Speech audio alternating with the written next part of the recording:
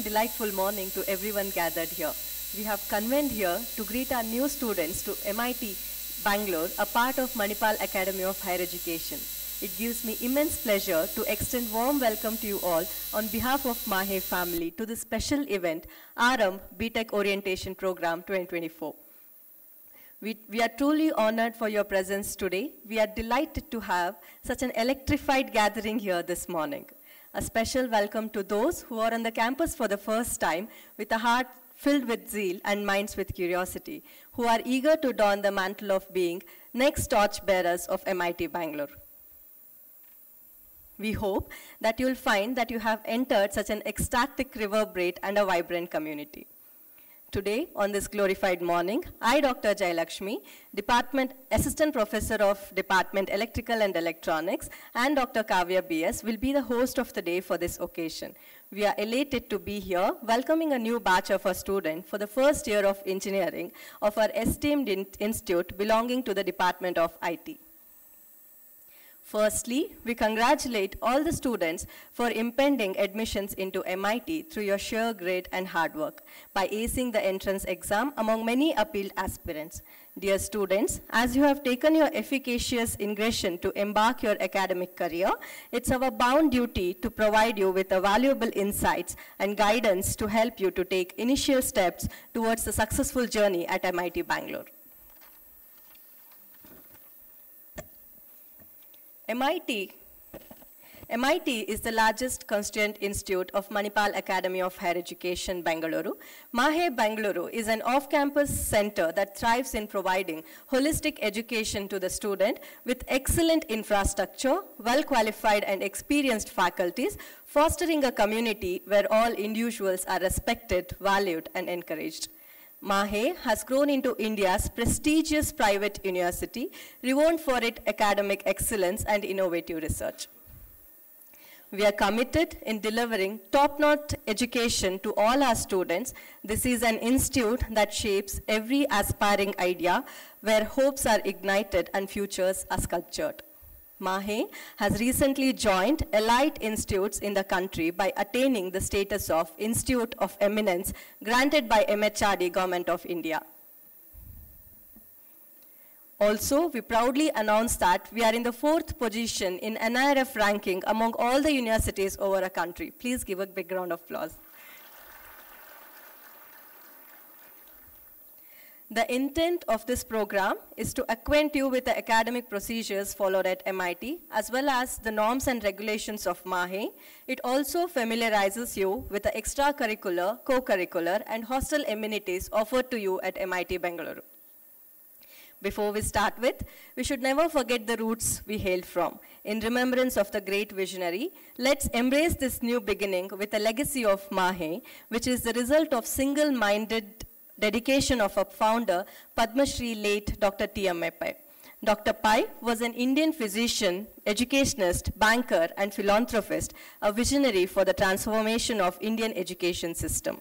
It was his vision to see a barren hilltop of Manipal to be metamorphosed into one of the premium centers of learning. The institute he founded will live forever to narrate the stories for generations to come.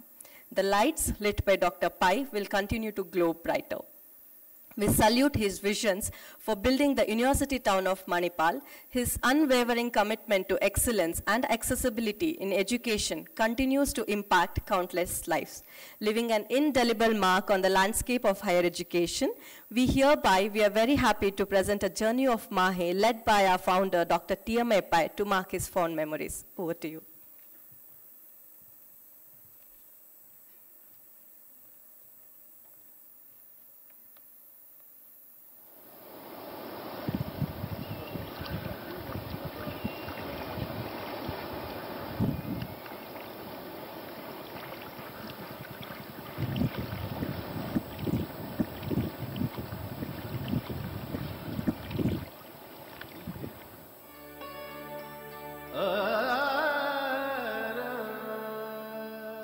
All of 23, newly married, a fresh medical graduate,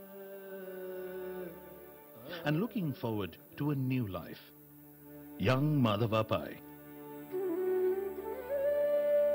had just sold some of his wife's jewelry to buy surgical instruments from Germany. He was all geared up to leave India and practice surgery in Hong Kong. He had debts to repay his uncles, who financed his medical education, and a large family, including his aged mother, to support. But that was not to be.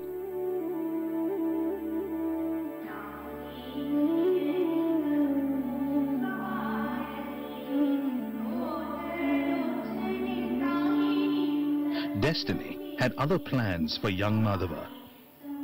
When he approached his mother for her blessings, she reminded him of his duty to his motherland and his fellow people. You must search things where they have fallen. You must earn in your own land.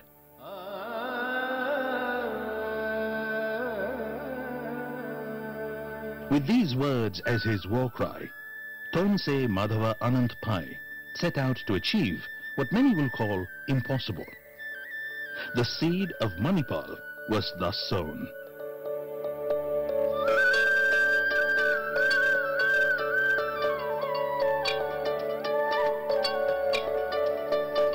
A journey of 1,000 miles begins with a single step. Walking together, we've come this far. It all began in the gleam of a great man's eye, in the light of his innermost soul.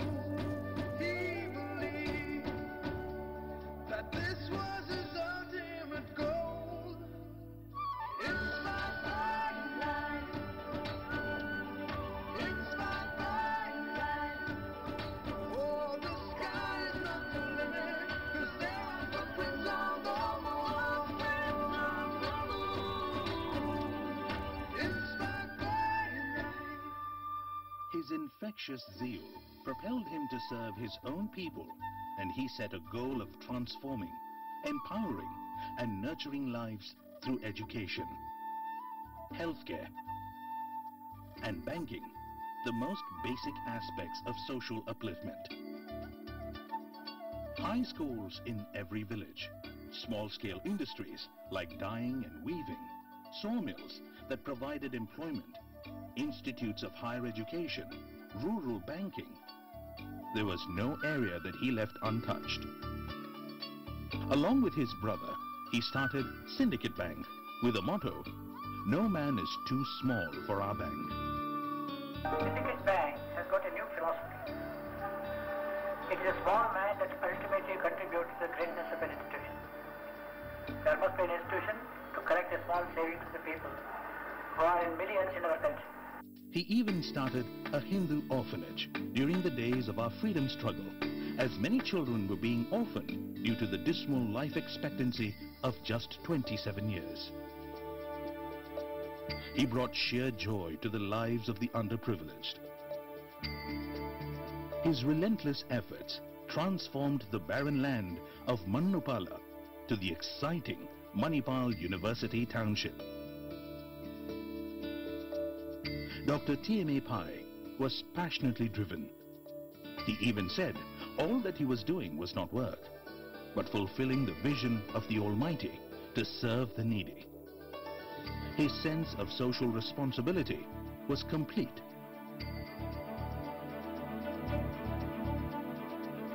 He had a belief that the common man had a lot of common sense, and if channeled into productive work, he can be made beneficial to man and society. His idea of vocational training leading to employment was a far-fetched idea. But Dr. Pai was thinking out of the box, ahead of his times.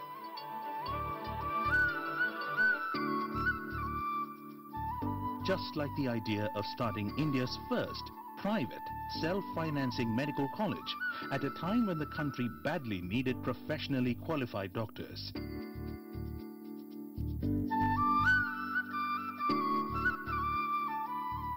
Kasturba Medical College, established in 1953, provided equal opportunities for all to study medicine.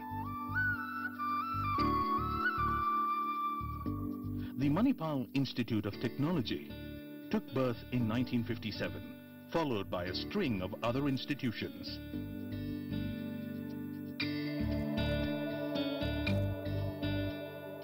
I have been traveling with him in the establishment of so many high schools and colleges. And it was a great experience for me. He was a man of practicality. He didn't want everything to be done by the government. And he used to go forward, taking along with him his followers and friends. Featured in Ripley's Believe It or Not, for establishing the maximum number of institutions in one lifetime, TMA Pai was a man of values, uncompromising in his integrity and honesty of word, deed and purpose.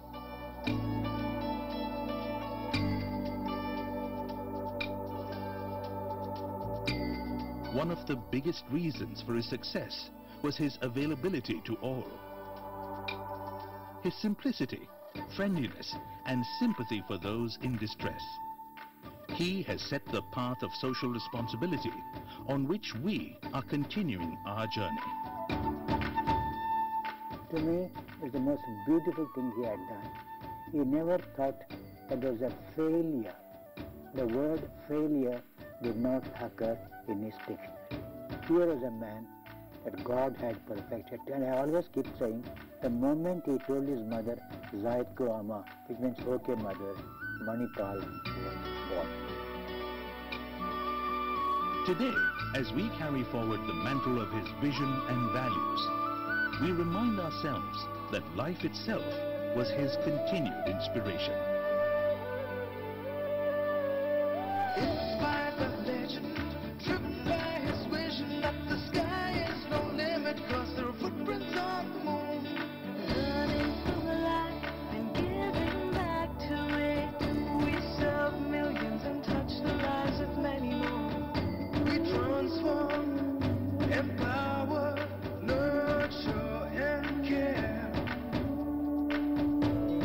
As we spread our wings wider and we grow even bigger, inspired by his legend, driven by his vision, we can proudly say we will soldier on forever, shine ever brighter, soar even higher in our journey of excellence. Inspired by life, inspired by life. Oh, the sky is not the limit, 'cause there are footprints on the moon. We are inspired by life, 'Cause there are footprints on the moon.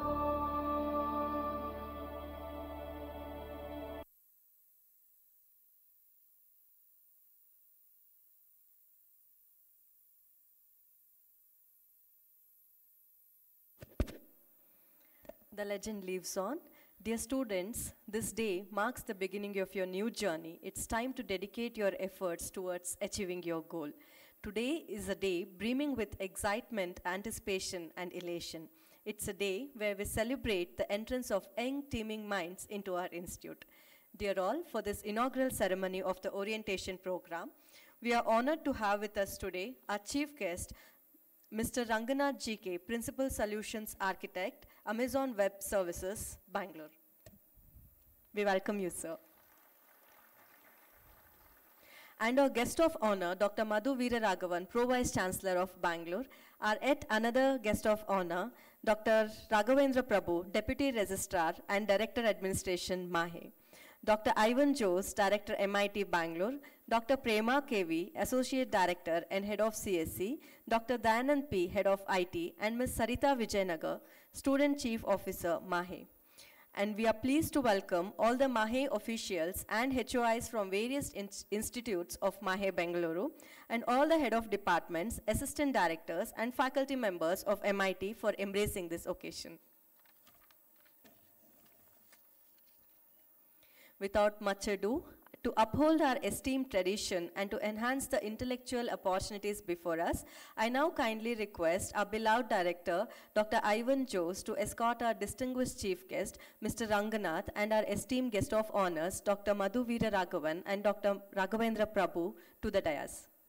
And I also request all the dignitaries, Dr. Prema KV, Dr. Dayanand P, and Ms. Sarita Vijayanagar, to please adorn the dais. And I kindly request the audience to accompany their footsteps with a huge round of applause.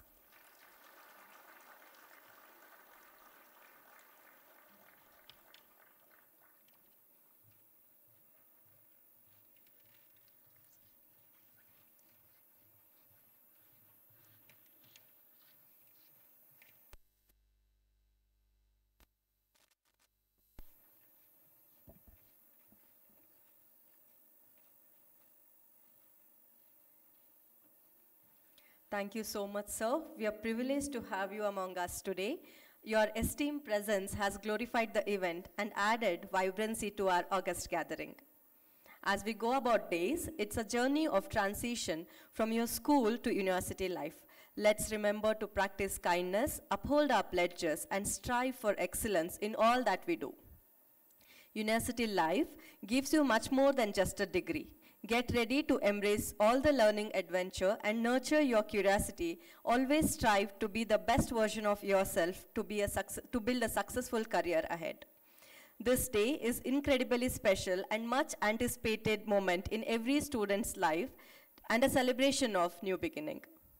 Now, to start with, it's a symbol of our undying Indian tradition to invoke the blessings of Almighty at the every beginning of the moment. So, I would like to call Ms. Sri Lakshmi and Gaurish third year students of MIT to pray for the new beginning. Ladies and gentlemen, please stay seated during the invocation.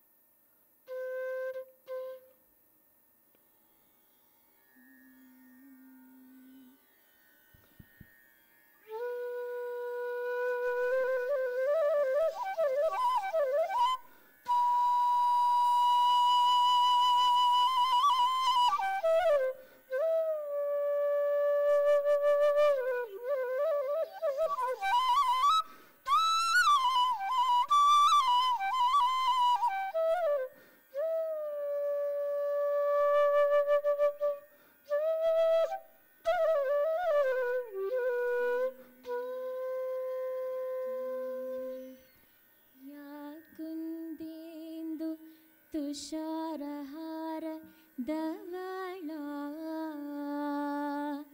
या शुभ्र वस्त्रान्विता या वीणा वरदण्ड मण्डितकरा या श्वेत padmasana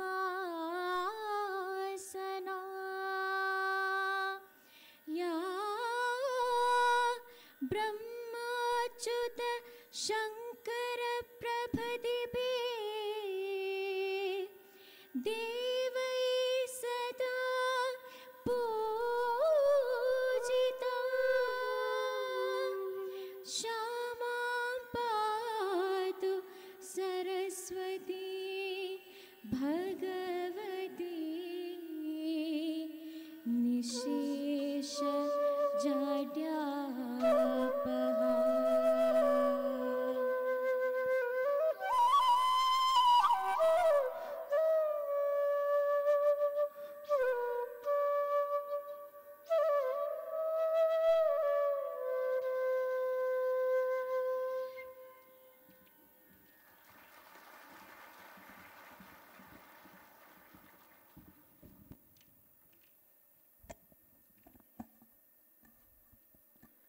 Thank you, Sri Lakshmi and Gaurish, for this wonderful rendition. On this auspicious occasion, the lighting of lamp symbolizes the exile of darkness and instilling in us pursuit of knowledge, growth, and determination to overcome all challenges. As we light the lamp, let us invoke divine blessings to guide this new journey with wisdom and enlightenment.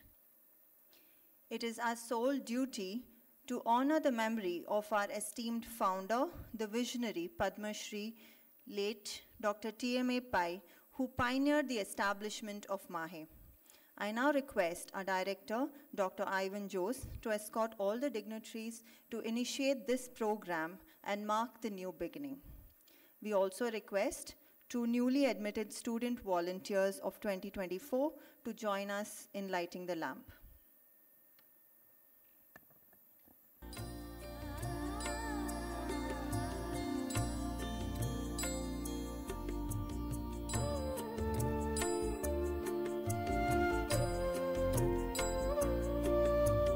शुभं कुरुत्वं कल्याणम् आरोग्यं धनसम्पदः शुभं कुरुत्वं कल्याणम् आरोग्यं धनसम्पदः शत्रुबुद्धिविनाशाय दीपज्योतिर्नमोऽस्तु ते दीपज्योतिर्नमोऽस्तु ते शुभं कुरुत्वं कल्याणम् आरोग्यं धनसम्पदः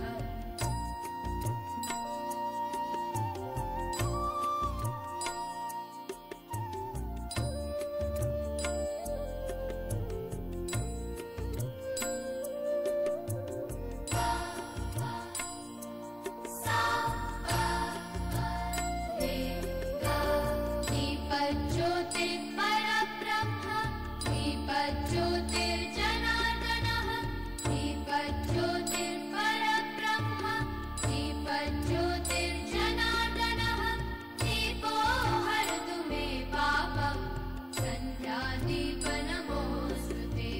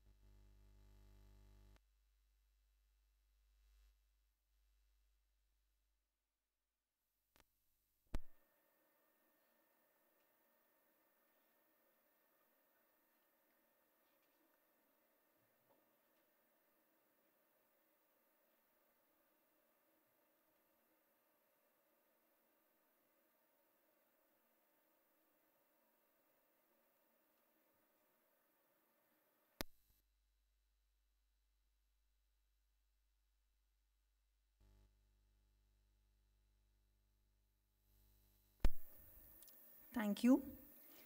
With the blessings of the resplendent flame of wisdom, let's move forward with renewed zeal, optimism, and quest for knowledge and accomplishment. I now call upon Dr. Utpal Deka, Head of Science and Humanities, to introduce our beloved Director of MIT-Bengaluru, Dr. Ivan Jose, whose inspiration and vision is guiding us to climb heights in the field of education.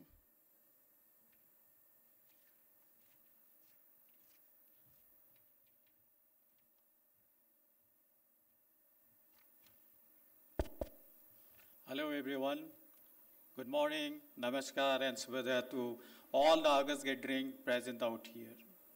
This is a pleasant day that all of you are here, and I would like to extend my heartiest welcome to all the dignitaries on the dais, off the dais, all the young experienced minds, the parents, ladies and gentlemen.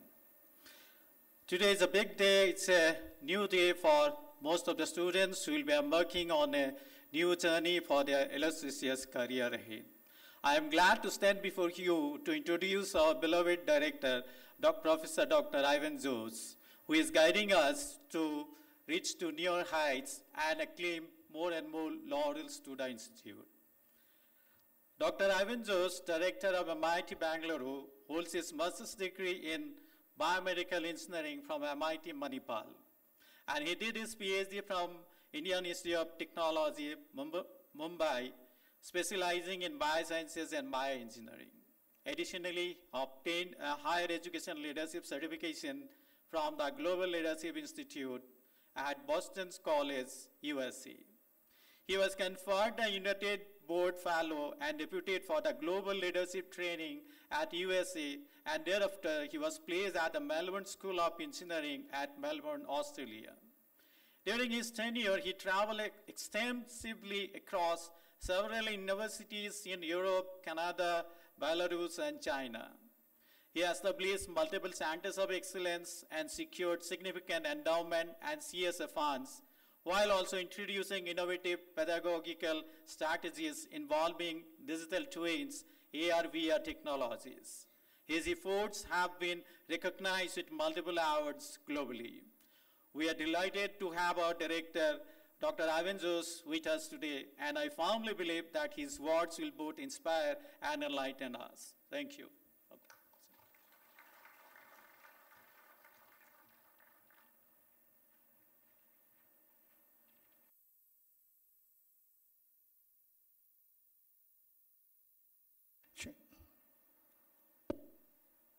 Thank you, Dr. Utpal.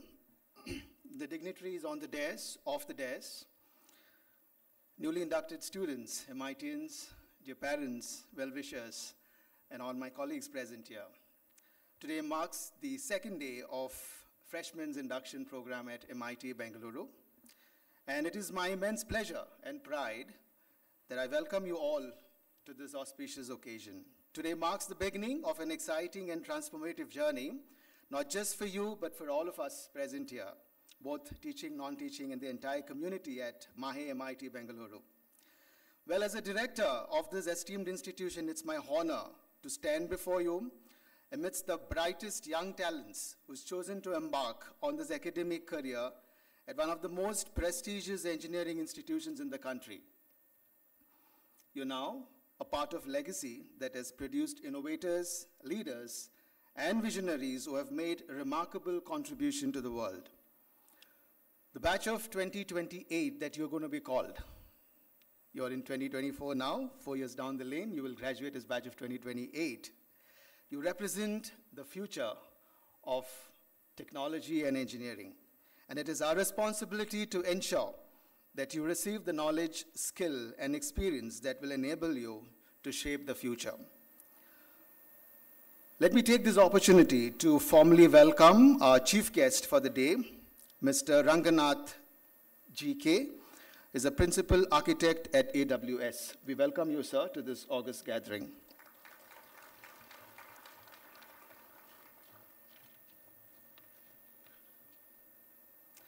Let me also welcome our dynamic Pro Vice Chancellor, Professor Dr. Madhu Veeraraghavan, and our Deputy Registrar, Dr. Raghavendra Prabhu.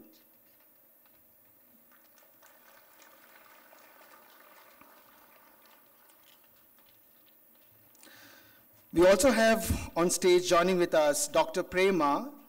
She's the Associate Director and the Head of the Department of Computer Science and Engineering. Dr. Sarita, she is our Chief Student Officer. We have Dr. Dhyananda P., Head of the Department of Information Technology.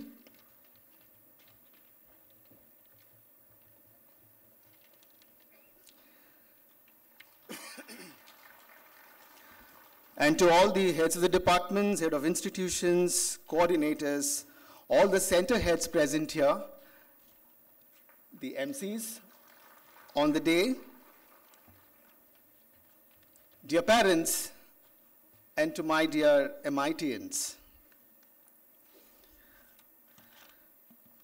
Yes, the journey ahead will be definitely challenging, but it will also be rewarding.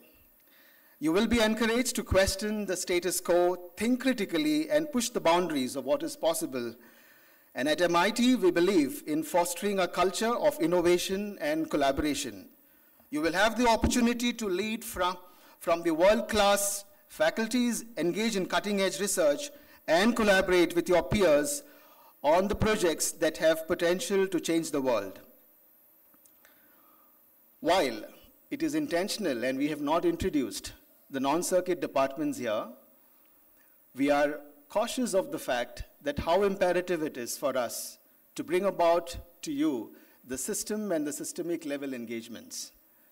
And it is mindful of us to ensure that while you journey in this 4 years, you will also get the liberty and in hands-on to touch and feel these instruments or these so-called as applications that you would look forward for in your tenure, to embark upon, to have those applications that you would design as algorithms in your so-called as departments to be made it realized. As you step into this new chapter of your life, I urge you to embrace the diverse opportunity that MIT offers. Get involved in extracurricular activity, join clubs, participate in competitions, and most importantly, make connections that will last a lifetime. Now, these experiences will not only enrich your academic journey, but also help you grow as individuals. May I ask this question to the students present here. How many of you all are game freakers, and how many of you all have put your effort in gaming using Unity?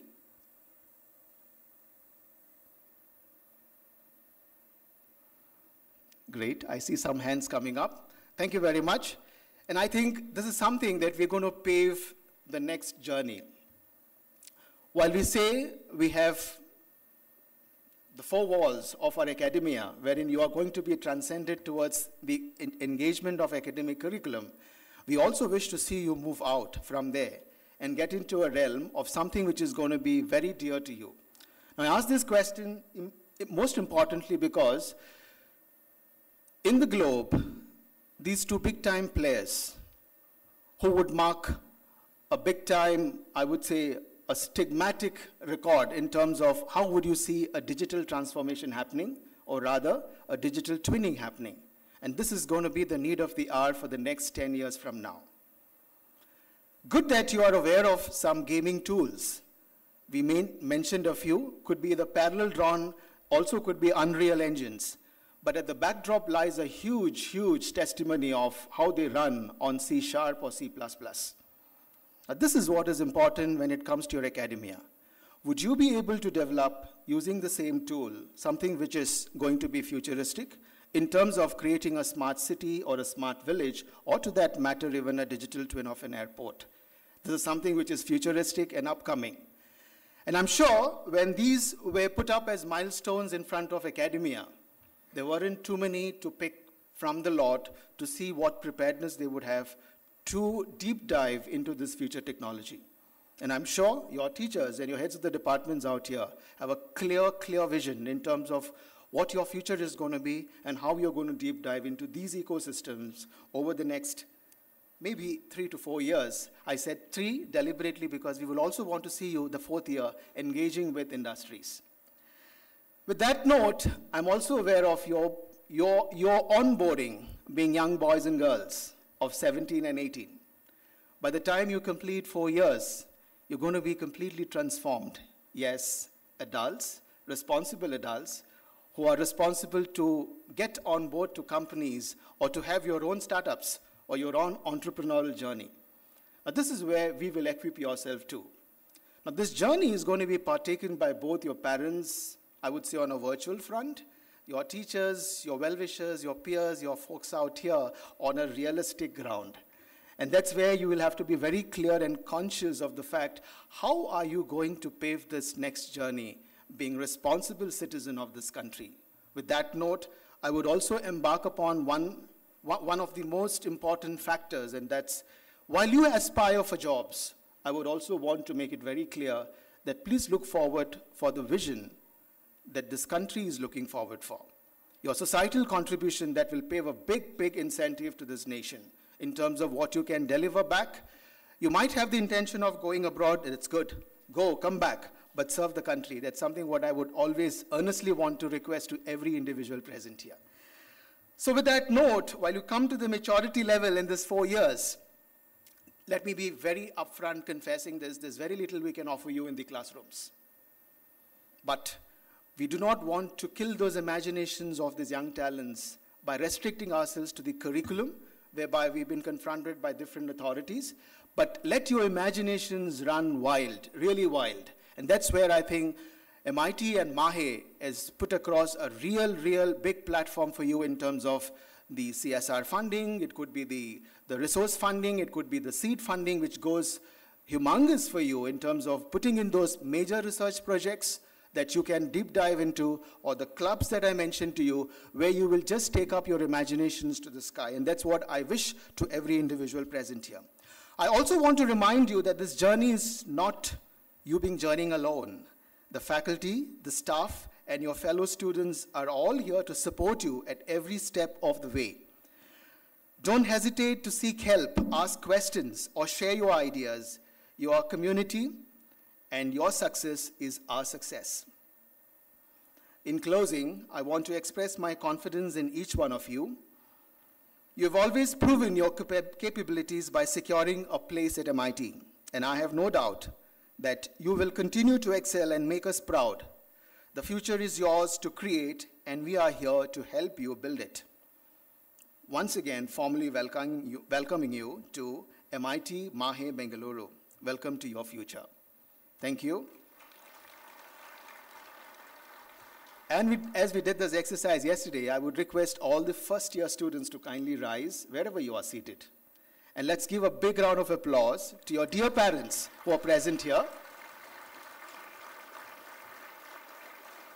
This is just a gesture of gratification, and we're sure that the awards that you're entrusting here to us will be well taken care of. And these kids of yours, whom you would see them transformed in the next 4 years, they will definitely make you proud. Thank you.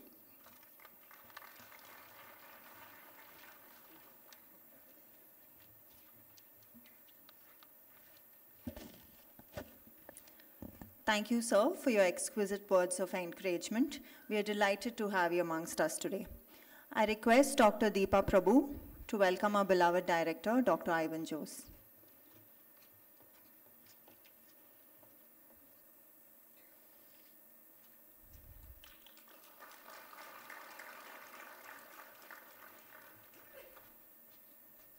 Thank you, Ma'am.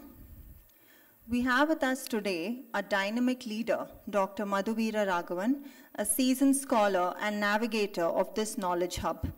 It is my pleasure to invite Dr. Ujjwal Verma, HOD of ECE, to introduce our esteemed guest of honor, Dr. Madhuvira Raghavan, to the gathering.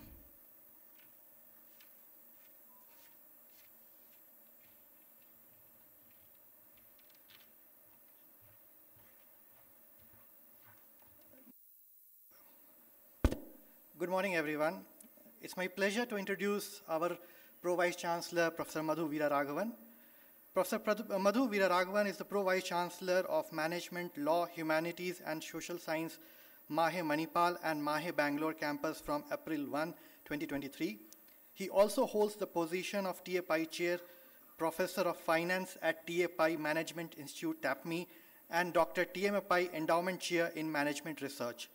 He held the position of Director of TAPMI from 2017 to 2023. Professor Madhu Veera Raghavan holds an MBA in Finance and Investment and a PhD in Finance. With over 20 years of experience in world-class business schools, he believes that business schools should work for outcomes that support the mission of school. Professor Veera Raghavan's research interests are in the area of corporate finance, behavioral finance, and the interplay between auditing and finance. He is a referee of several leading accounting and finance journals. Professor Veera Raghavan has published more than 50 papers in international journals and has presented his work in top conferences in finance and accounting. His work has appeared in elite journals such as the Accounting Review, Journal of Financial Economics, Contemporary Accounting Research, Journal of Financial and Quantitative Analysis, Journal of Corporate Finance, Journal of Empirical Finance, Journal of Banking and Finance, Journal of Management, Journal of Business Ethics and Auditing, a Journal of Practice and Theory. He's also revising manuscripts for Management Science, Journal of Corporate Finance, Journal of Banking and Finance, and the Journal of Empirical Finance. Professor Veera Raghavan has obtained research grants of over 5 million Australian dollars from the Australian Research Council Discovery Grant Scheme and the Australian Research Council Linkage Grant Scheme. Professor Veera Raghavan has won many awards for his work in both national and international conferences. Recently, he has been ranked 180 in the world in the Brigham University 2022 Accounting Research Rankings for his contributions to the accounting research. He is also a recipient of AICT Dr. Preetam Singh Best Teacher Awards 2021, awarded by the Honorable Minister of Education, Government of India. The Social Science Research Network has announced that Professor Veera Raghavan is ranked in the top 10% of the authors around the world. Professor Veera Raghavan is a trustee of Mitraj Foundation, an NGO that provides free skill development courses to participate from the rural backgrounds with the sole aim of empowering young life. With that introduction, I would request Professor Veera Raghavan to please come on the dais and speak a few words. Thank you.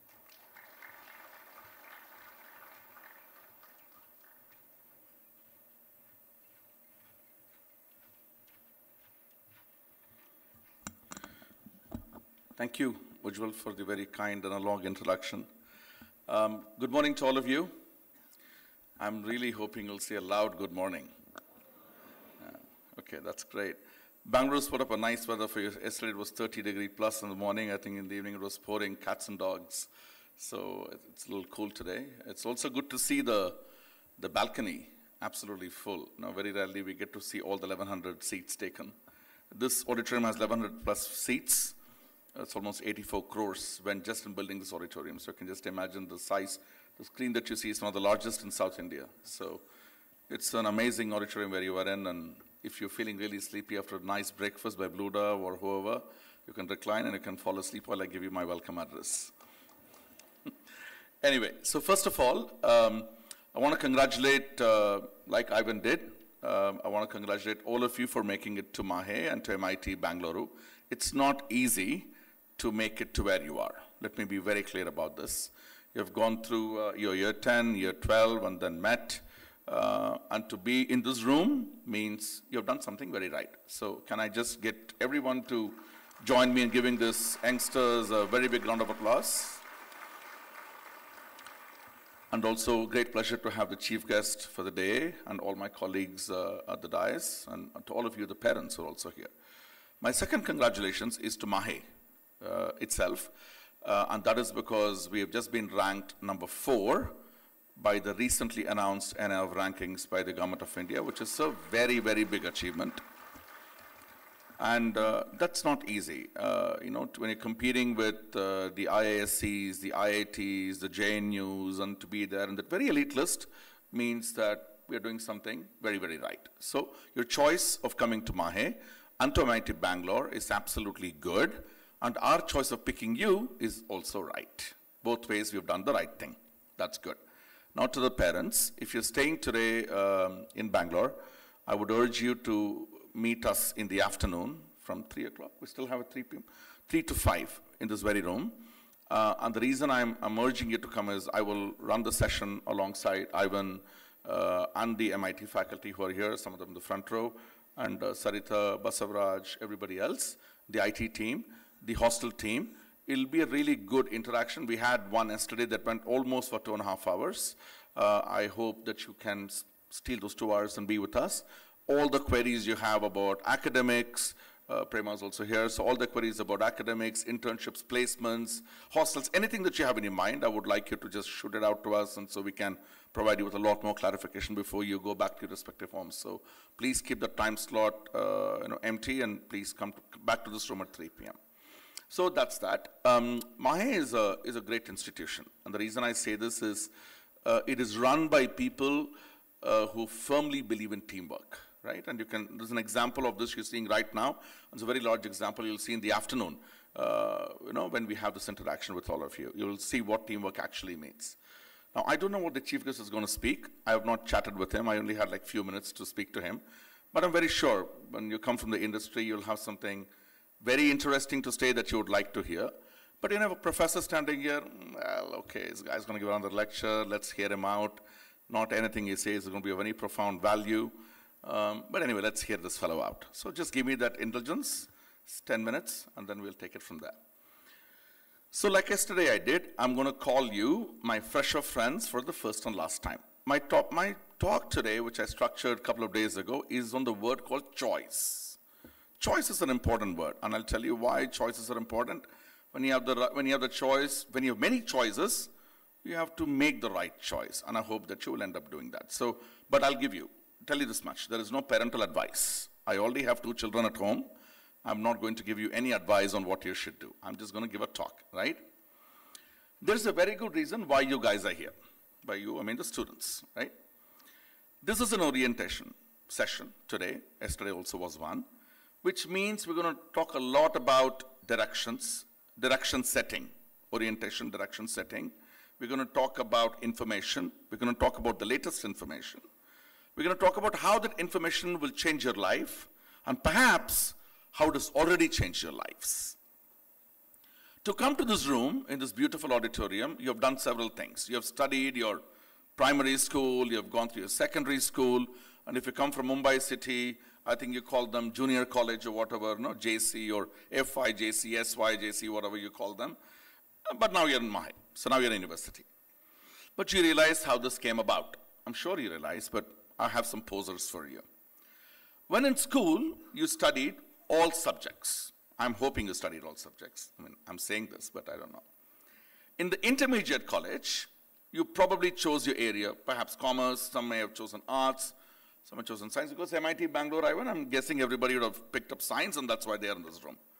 You know, but that doesn't mean, for example, in BBA, we have guys who've done science, gone through JEE, they haven't made JEE, they've come to business thinking. It's a great career, and business is a great career, but today it's all about MIT. Later, you decided on the levels, whether you want to do a diploma or a degree, and today you chose, no, your parents actually said, guys, I want you to go to MIT-Bangalore, Mahe Bengaluru, great institution. Go get your undergrad degree from there. Then perhaps at Stanford, MIT, Brown, wherever we want to go for masters. And I'm also assuming that you have the capacity to work hard and make the academic rigor, which Prema will talk to you a bit later in the morning, required to acquire your chosen degree. So far, I haven't used the word choice. It is coming in a second. But what really happened in your case was that you refined your choices, here is the first time, progressively into one clear choice, the second time. And you're about to make the choice the third time work for you. So I'm all about choices. Your direction is set and your orientation begins now, at this very moment. As a school, I can speak for Ivan as well, that we are here to help you enjoy and excel in your choice, the choice that you're going to make. We're going to feed you knowledge, skills, competencies of your choice. We'll also tell you how to make the best use of the facilities on this beautiful campus, it's an 83-acre campus, to make your work easy for you. We're also here to make things as simple as possible, but you have to remember that things cannot be made any simpler than what we have done. You have to work pretty hard. I'm sure you will do that. From experience, we know that your choice is a very possible choice. In our opinion, you'll become what you've chosen to become. There is a high possibility that you'll become the best in your choice. I think I've used it around 9 times. I keep count of what I do. Now that your direction is set, it is our job to give you that speed, which is what Ivan and team are going to do to you. You'll also do well to remember that your choice is no better than the choice made by another. And neither is it worse than another. You'll be known for how well you worked on your choice and achieved excellence. The world requires and honors people who attain excellence. Invariably, all those who achieve excellence in their choice also achieve success. What kind of success you achieve depends entirely on you. We can make all facilities available to you, but what kind of success you're going to achieve depends on you. On your attitude, on your aptitude, on your character, on your orientation. And by orientation, I do not mean today's event. I'm referring to whether you're egocentric, sociocentric, or omnicentric, whatever that happens to be. If this conversation between me and you is getting too serious, let me summarize it for you in simple words. The top students of all courses will have the world at their feet. Something perhaps my industry guest may want to disagree, and it's always good when we have dissent happening, right? They can rest assured that the world will always make space for them because they've excelled in the choice. You have excelled in your choice. Because they've been responsible with their time and opportunity, which is what Mahe will make available to you, time and opportunity. Because they can be trusted with greater responsibility. Someone like a chief guest who would hire people would say, hey, can I trust you with greater responsibility? Greater resources which we provide, greater spaces which you have, greater time which also you have, greater margins and greater patience. And one more thing before I sign off. While you're here, and let me be very, very clear, while you're here, you will be doing a lot of stuff. You'll play sport, you'll do debates, amazing rendition that two MIT students did, classical music, you want to be a rapper, you want to have your own band, you want to do oration, yoga, dramatics, theater, dance, rituals, recitals, meditation, whatever you like to do. Do them all. Everything is important. But you should never forget the one main reason you're here, and which is your academics. You came to Mahe, you came to MIT, a difficult school, a rigorous program, because you also want to do well in your studies. At Mahe, we will not allow you to forget your primary reason for which you came, which is your academics. But I do not mean that that is the be-all, end-all. I'm not saying to you that grades are the only important thing. Grades are important, I'm sure. Everyone will agree. But I'm not telling you don't do anything else but be a bookworm and just close your doors and study, study, study. That is not my advice to you. In no more than 4 years, you'll graduate from these portals as engineers, as technologists.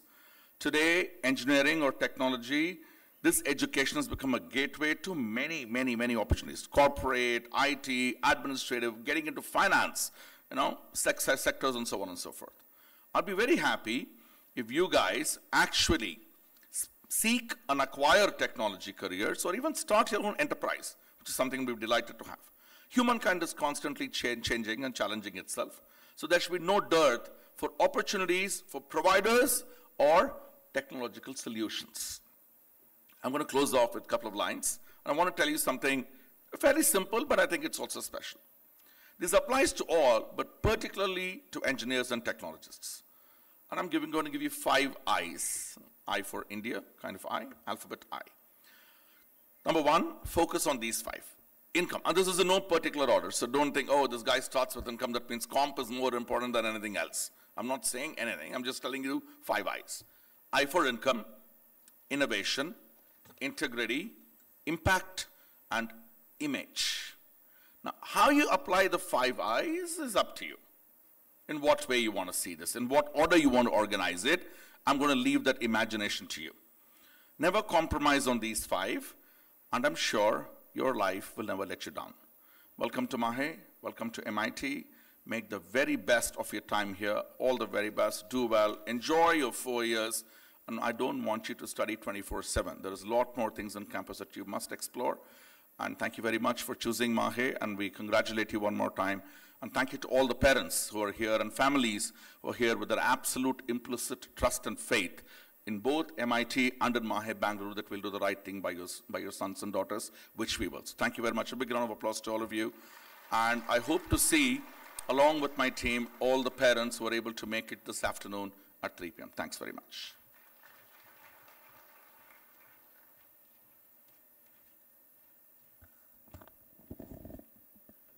Making the right choice paves the way to success. Thank you, sir, for always inspiring us. Mahe Bengaluru is represented by distinguished stalwarts, and we are privileged to have another notable individual as our guest of honor, Dr. Raghavendra Prabhu, Deputy Registrar and Director, Administration, Mahe Bengaluru. His leadership and contributions are instrumental in supporting the institution's mission to provide high-quality education and foster an environment conducive to learning and innovation. I welcome Dr. Ramaswamy, Assistant Director, Academics, MIT, to introduce our guest of honor.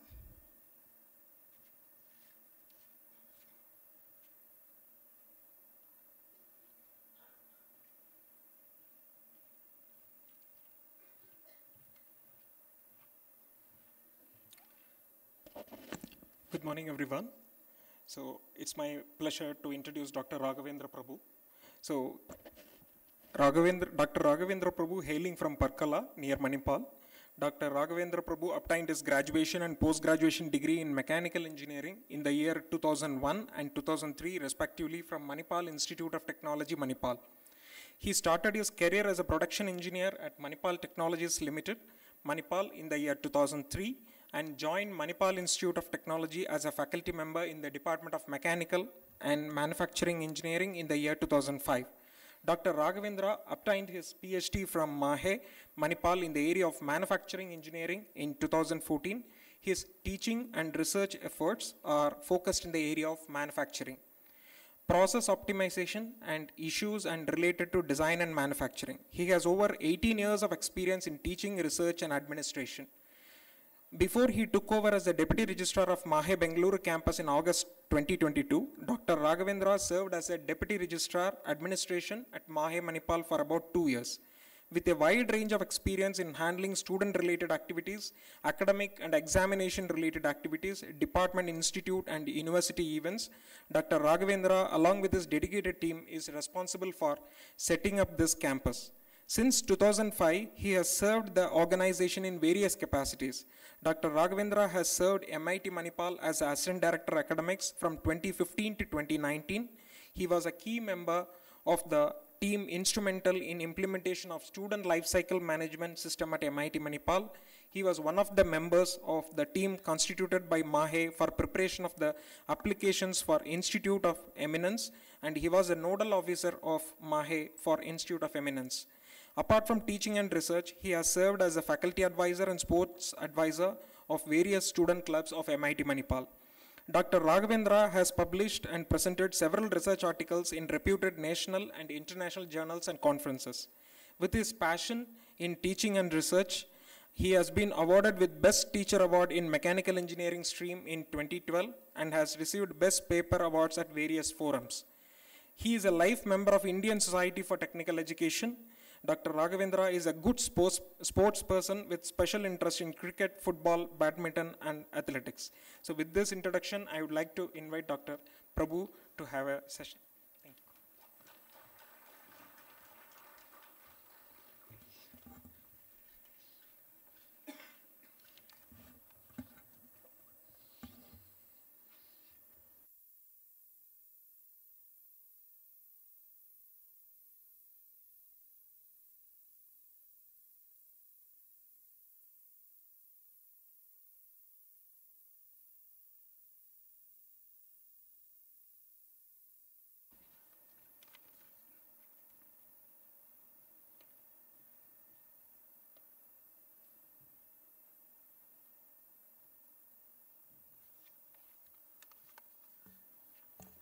Good morning, everyone.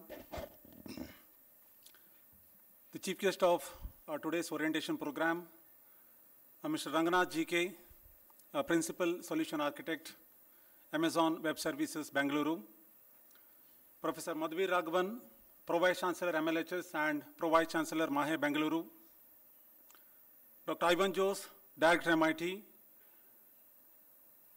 Mrs. Sarita Vijayanagar, the Chief Student Officer of Mahe Bengaluru campus, Dr. Prema Kevi, Associate Director, MIT, the Assistant Directors, the esteemed faculty members, staff, ladies and gentlemen, parents, and dear students, I extend a very warm welcome to all the new students of Manipal Institute of Technology, Bengaluru, a constituent unit of Manipal Academy of Higher Education, an institution of eminence deemed to be university. I congratulate all the new students and their parents for making the right choice, as the future of all the students at MIT and Mahe Bengaluru is bright and assured.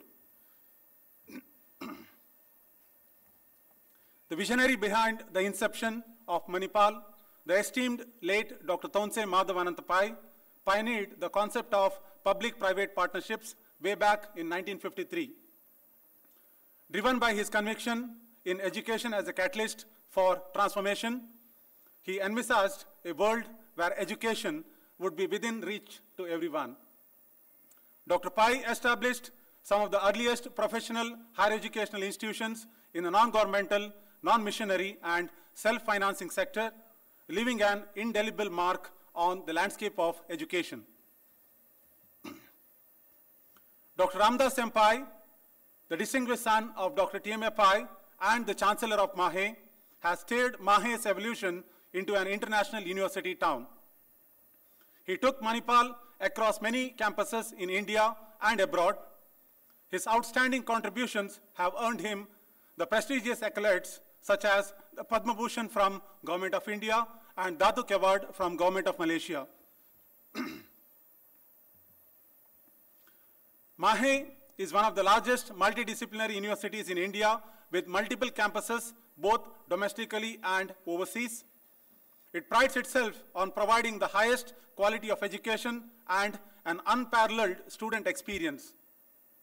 Mahe enjoys high rankings from national and international ranking agencies.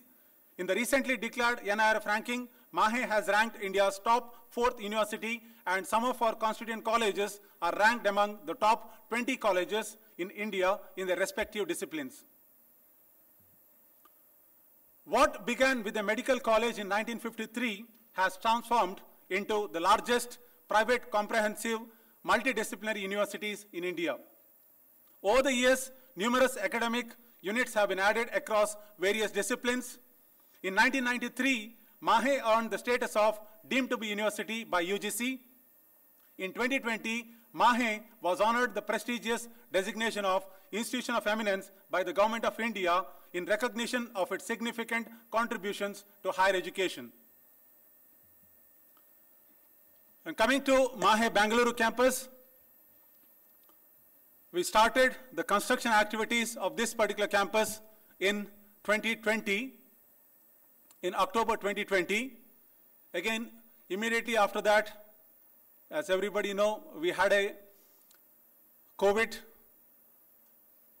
We were about to start our operations in this campus in the year 2021, but due to COVID and due to the online classes, the construction activities got delayed, but still we went ahead with taking approval from AICTE for MIT Bengaluru. We started with 5 undergraduate BTech programs in the year 2021, and in 2022, May, we started operations in this campus with MIT.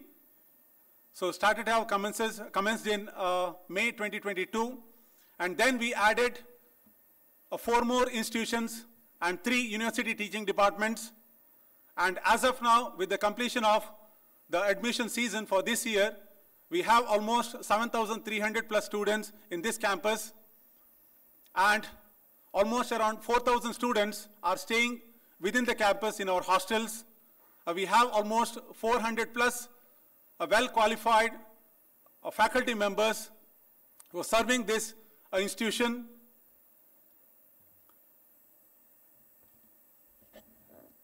Mahe has restructured all the institutions and teaching departments into 3 categories. The first one is the Faculty of Health Sciences, the second one, the Faculty of Technology and Science, and the third one, Faculty of Management, Humanities, Social Sciences and Law. So under the Faculty of Health Sciences at Mahe Bengaluru campus, we have 2 institutions. One is a Manipal Institute of Regenerative Medicine, started in the year 2007. Initially it was operating in the Allal Chandra campus, but now in the this year in 2024 April, we brought them inside the campus. So similarly, we are offering one more program, all the PG programs, which is run at MCHP, Manipal College of Health Professions at Bengaluru. Again, it started in the year 2010, and it is operating at Manipal Hospital, Bengaluru, in the old airport road. Under Faculty of Technology and Science, we have 2 institutions. MIT, Manipal Institute of Technology, Bengaluru, started in the year 2021, and SMI, Srishti Manipal Institute of Art, Design and Technology, started in the year 2020. Again, initially, the Srishti, which was part of Bangalore University and other university, but which came under the umbrella of Mahe in the year 2020, and again in 2023, So all the campuses which were located in the Yelahanka, outside the campus, which was brought inside. And coming to the Faculty of Management, Liberal Arts, Humanities, Social Sciences and Law, under this we have 5 institutions, and all started in the year 2022. The first one, TFI Management Institution, Bangalore, which offers BBA and MBA program. The Department of Liberal Arts, Humanities, Social Sciences, which offers BA and MA programs. A Department of Public Policy offers MA in Public Policy. Department of Commerce, which offers BCom and MCom programs. And Manipal Law School, which offers BA, BBA, BCom and LLM programs. So all these 5 institutions are started in the year 2022, and almost we have around 2,130 students in these 5 institutions are studying in this campus. So coming to the academic blocks, we are planning to have around 8 academic blocks in this campus. 4 are already ready and operational. With the completion of all 8 academic blocks, we can house around 18,000 to 20,000 students in this campus. Similarly, when it comes to the hostel, with the completion of all 4 hostel blocks, we can accommodate around 5,622 students inside the campus. So the 4th hostel block is getting ready. Again, the 50%. The 50% of the hostel block 4 will be getting ready by next year, and it will be in use from next year onwards.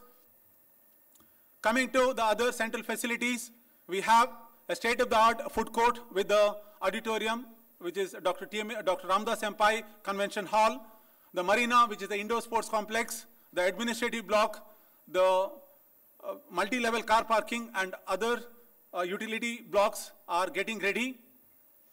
So these are some of the facilities which are already ready and operational. The academic block 4 auditorium, which is a 300-seater auditorium. The library, again we have library facility in multiple buildings. So probably within the next 1.5 years, we are going to come up with a central library block, which is around 1 lakh square feet area. So Dr. Ramdas Senpai Convention Hall, the main food court, which is just below this auditorium, the 1,800-seater outdoor amphitheater, the marina food court, which is operating in the ground floor of a marina building. So all these are ready and which are operationals. Apart from this, we also have the outdoor sports facility, the natural turf, leather ball cricket ground, the artificial turf, well lit, the football ground, the basketball courts, tennis courts, volleyball courts, cricket practice pitches. Apart from this, we also have the marina, which is the indoor sports complex with this facility, a basketball court, the volleyball court, badminton court, tennis court on the rooftop, table tennis, and gym at multiple floors. So all these facilities are ready and it is ready to use, and it was just inaugurated the beginning of this week on August 12th. It was since August 12th it is operational. So Mahe takes immense pride in the achievements of our alumni.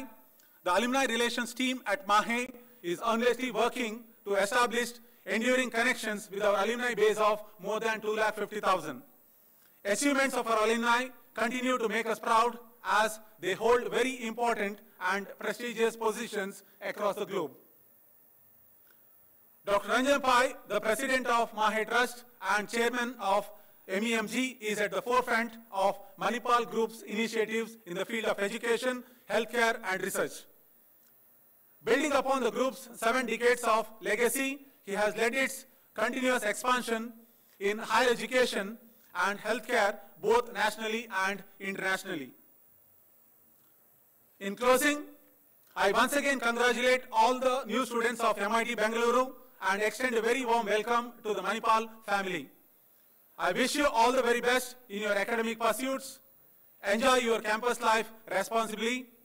Keep yourself fit in body and mind and make the best use of the campus life by excelling in your academic work, co-curricular and extracurricular activities and sports. MIT-Bengaluru has everything you need for a world-class student experience. A warm welcome once again to all the new students and my best wishes for a very bright future to each one of you. Thank you so much.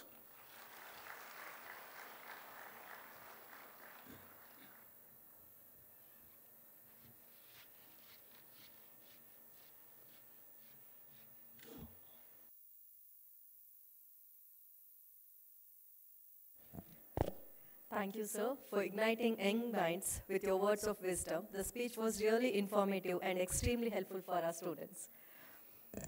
To make this day a memorable one, a truly unforgettable one, we have with us Mr. Ranganath, a very brilliant personality and achiever par excellence.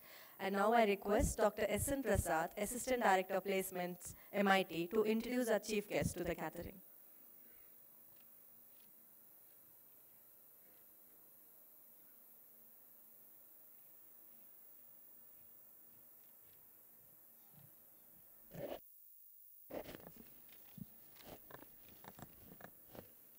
Good morning. Good morning, one and all.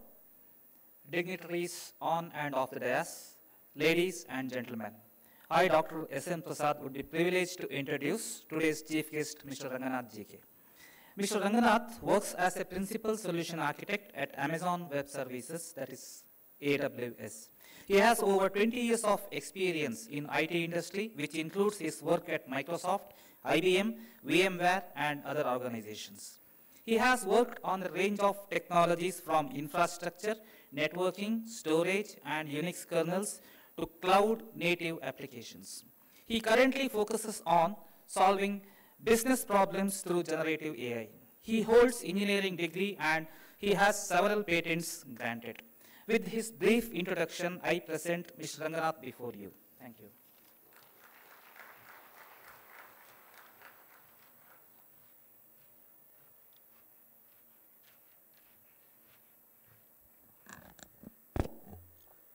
Good morning, everyone. Thank you very much, the dignitaries on the stage of the students of MIT here. I'm honored to be addressing you. Of course, I don't want to bore you with the tech stuff, right?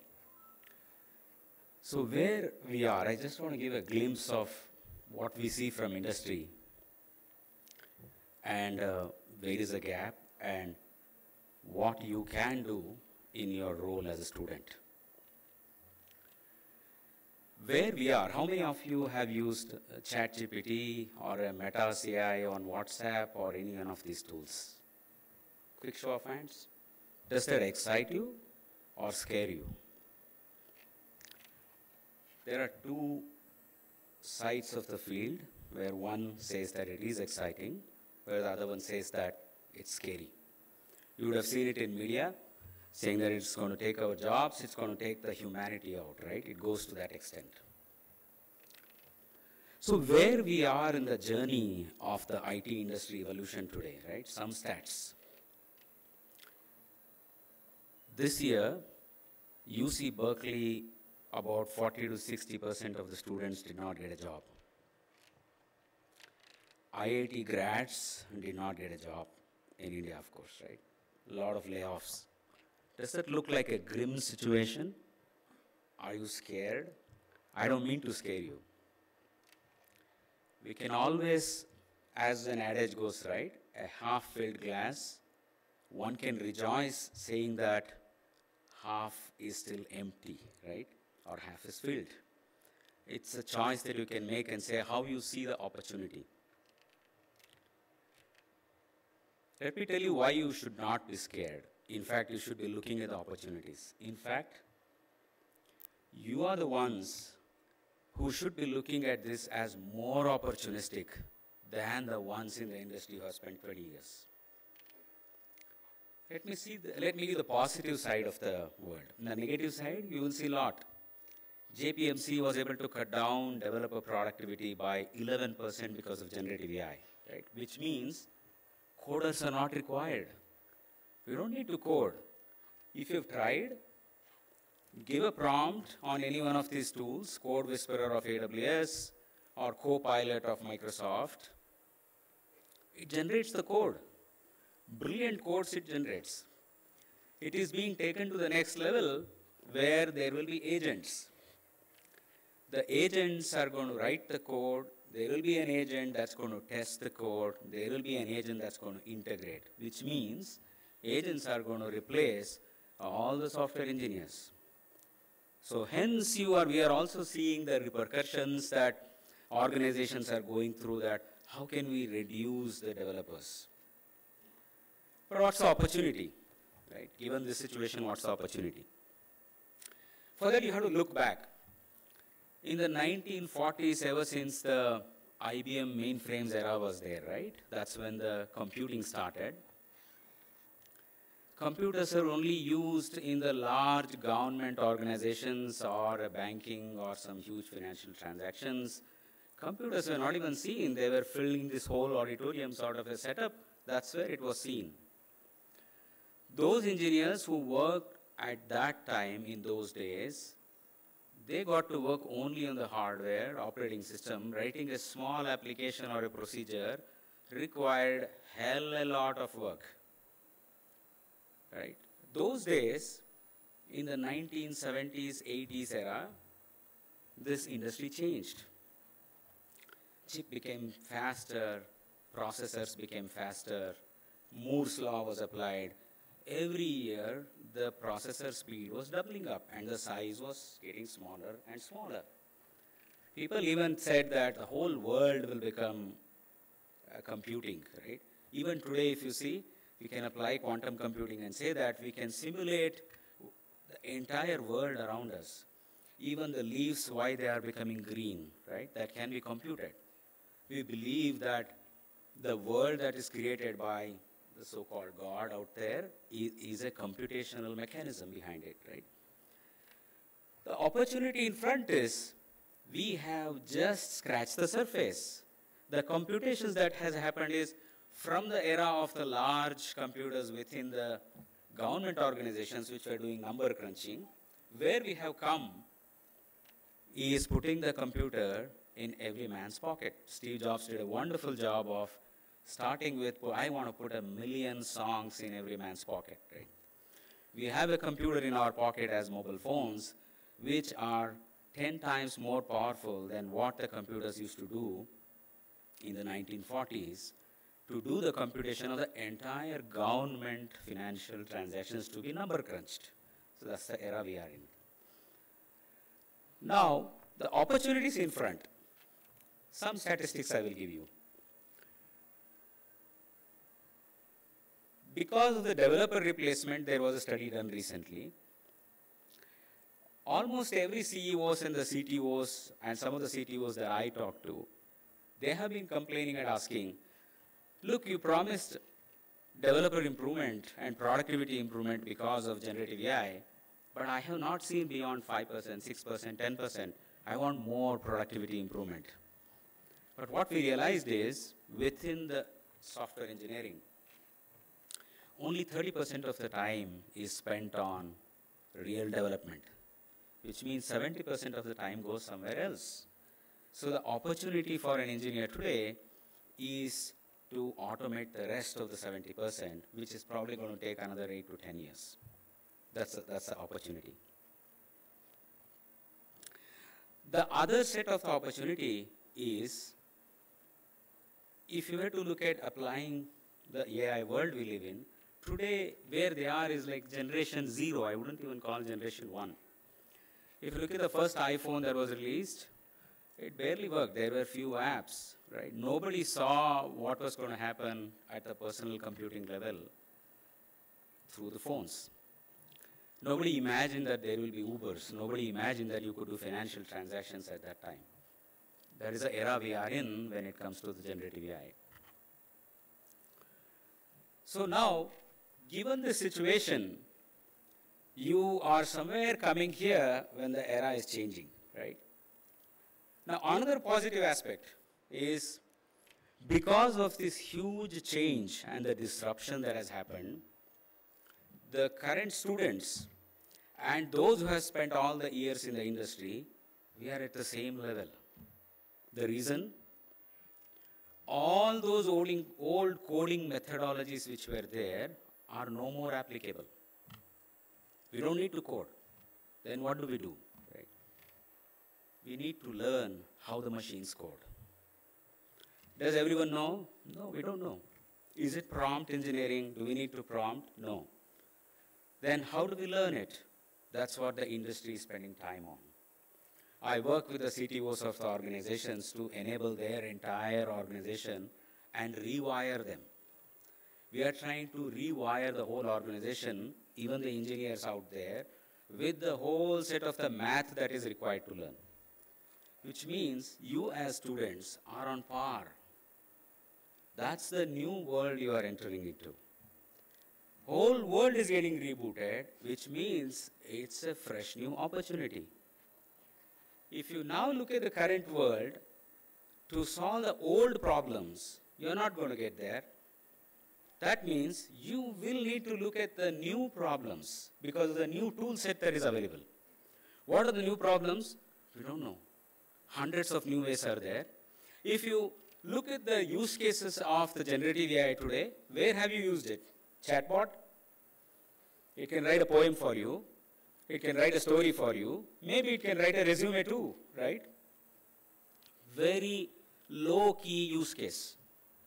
The second use case, it can write a code for you, which is what the industry is going after. These are the 2, 3 use cases. But the power of the technology comes in applying somewhere else, the real use cases. For example, healthcare industry, the healthcare professionals, the researchers have never understood how does a protein folding happen to solve a particular problem. How does a cancer get created? How do those cancer cells get created? The signaling that happens within our DNA is not well understood. Can we do the computational analysis of it? It was tried, it has failed. That requires a newer kind of problems to be solved with this new way of thinking. Now, you are entering in this world, which means the problems that are newly being defined or redefined have to be applied. Hence, it's a leveler, right? That's how we have to look at the opportunity. Given this, how do we learn? You all get educated. At the end of the 4 years, you will come out holding the degree.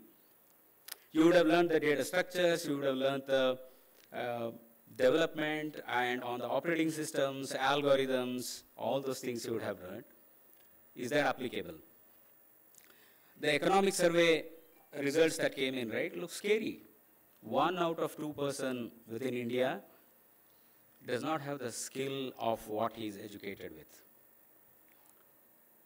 In my personal capacity, before the 2022-23 slump, I used to interview at the rate of 5 candidates minimum per week after the initial, those who have crossed, which means about 600 to 1,000 candidates who have crossed the first stage. The acceptance rate, 4 to 5%, not more than that. That means 80–90% of my effort that goes into the recruitment was waste.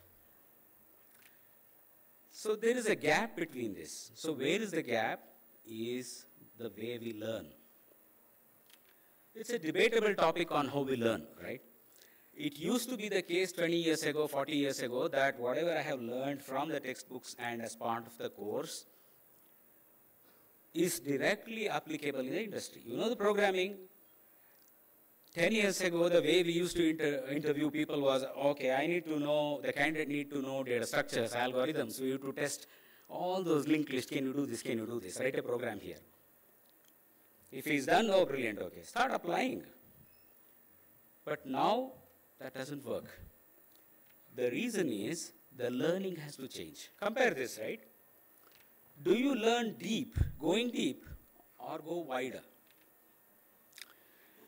There was always a big study done. One school of thought was that, you know, Tiger Woods, he is a personification of deep learning. Means how deep can we go? At the age of 4, he started golfing. He had, they say 4. At 4-year-old, he started putting into the hole, right? That's how he became. He perfected the art, and the world believed that it has to be deep. But there is another example on the other side, Roger Federer. He started tennis quite late. He didn't have opportunity.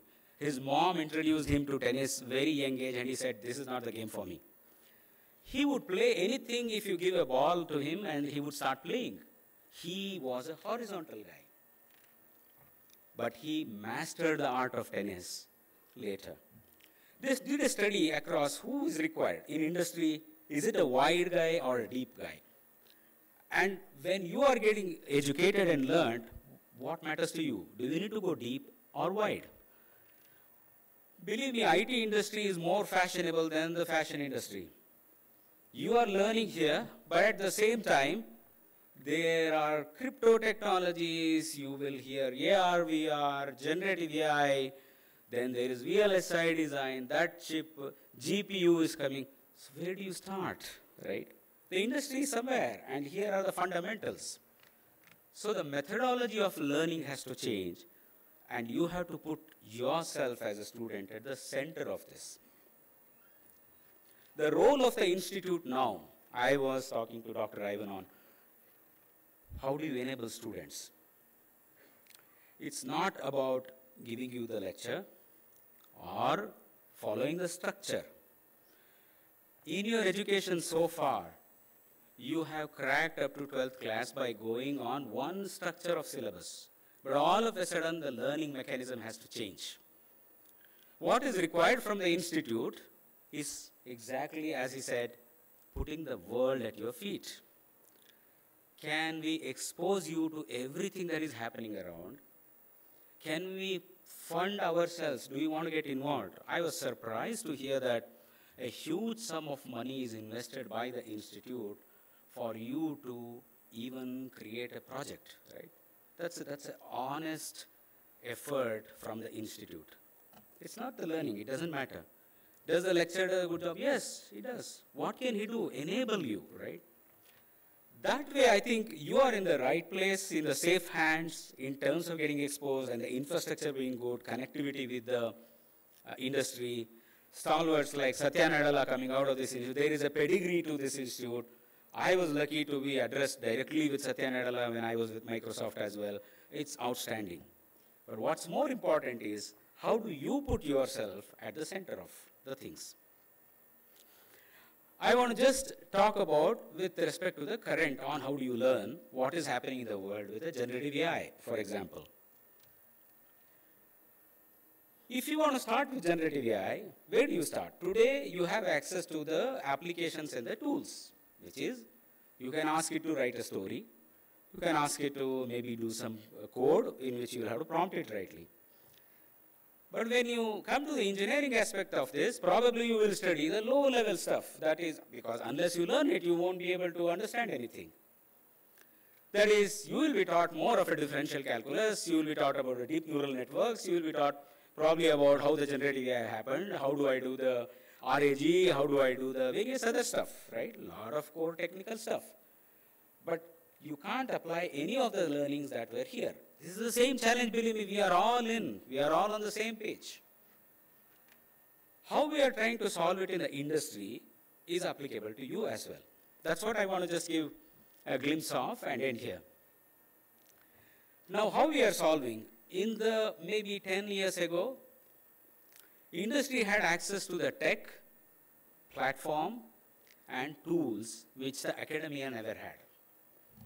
For example, when Bill Gates tried to create his first personal computing operating system, he didn't even have access to, you know the story, wherein they had to actually crack into the building and get access to a server room, right? They had to actually steal in. That's not the case. Do you know what's available in front of you today? Quantum computer, the largest of the supercomputing, the largest of the platforms, it's just available as a cloud today. Developer environment, any of the coding that you would want to do, that's all available. You may need some fund to that, intent to that, which the institute can provide. It's already enabling you. Then is a place where what you can do and how you can play around with the technology. Now, how are the industries being enabled with this GenAI, for example, today is, we are creating new use cases and straight away learning and accessing those development tools. Say, for example, if I want to build, how do I have access to the data? How do I run the steps? 1, 2, 3, 4, 10 steps. That's where you have to get access to. Below is the engineering, which are required for academics. You start somewhere here, As a commoner, anyone has access to the applications on the top, which is the chat GPTs of the world. That's not engineering. Somewhere here in the middle, you have access to the tools that are made available, publicly available, open source. And learning at this level, how can that be made possible? The material is available freely, and some of them are made available along with MIT, for example. I was talking to Dr. Ivan on how are they enabled today. Surprisingly, your institute is even working with some of the leading quantum computers to make the hardware, right? Get the hardware. Quantum is not even in the early stages today. That is fantastic, right? The tooling can be made available. Make use of this tooling. And then start the learning. Somewhere you have to bridge. Now, if you start the learning here, which is a parallel learning in addition to the engineering academic related, you have to go above, which is closer to the industry use cases, and also step below, that is connecting what is being taught in the engineering. This effort below is longer. This effort, if you don't put the effort here, you are going to be let out, right? So it's easy. Now the world is available, the tools are available, you got to learn. So what does it take to learn? Can the college alone enable it? It can enable. But what does it take is a lot of effort and interest from yourself. Okay, how do I develop this interest, right? How do I learn? That's a key question. Now, within the industry, all the happenings on the industry now today is available on YouTube. For example, follow the leading tech innovations that are happening and the conferences that are made available. For example, reInvent, that happens AWS's conference annually every year, right? And Microsoft's developer conference, OpenAI's developer conference. These are the conferences that are available to you, right? Spend time and use those to build a mental model on what is happening, right? And your 4 years should go in bridging this whole gap and developing that wider viewpoint. That's how you develop the skills which is required for industry. You can go one extra step and actually start applying that. Say, for example, let's take the use case of the GenAI. Can you build a system for MIT which can record every talk that is happening here and every conversation that is happening? Pretty easy, believe me, if you were to apply and solve a particular problem. That is, if someone were to ask a question related to the institute, it can answer. Someone want to generate anything, it can answer. You can start off extending this thought and applying in your own capacity. That's where you can start. Now, as for the next step, you can imagine the world out there which is not there, right? We are all seeing, probably in our phones, we will carry not just a productivity enhancement tool, but an assistant, right? Now what is happening is what used to be available for very rich guys, with tech, it is all coming on to the commoners. There is no difference between the Gmail that you use versus an email that is used by Jeff Bezos today, right? That's the power of the technology. It's a leveler. What used to be available for people, rich people, there will be PhDs who are advising.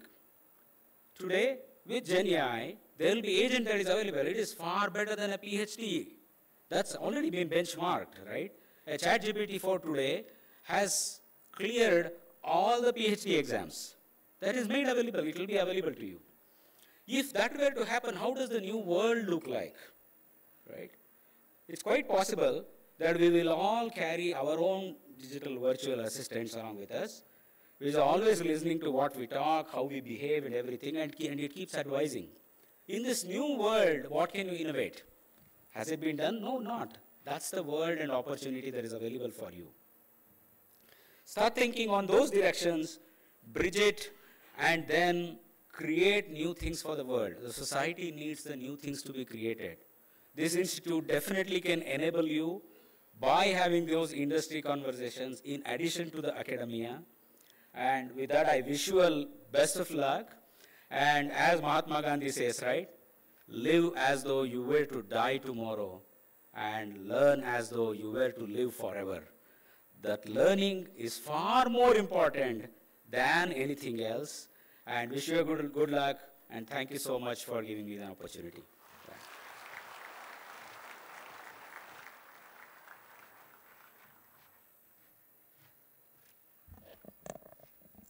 We are obliged to have such a wonderful and remarkable individual as our chief guest today. Thank you, sir. Your insightful thought-provoking address has set a perfect platform to our students. I'm sure MIT is going to be a bridge to transform from fundamentals to a real world, as has been mentioned by our chief guest, Mr. Ranganath. As a token of gratitude and honor from Mahe family, I now request our Pro Vice Chancellor, Dr. Madhu Veeraraghavan, to present memento to our chief guest.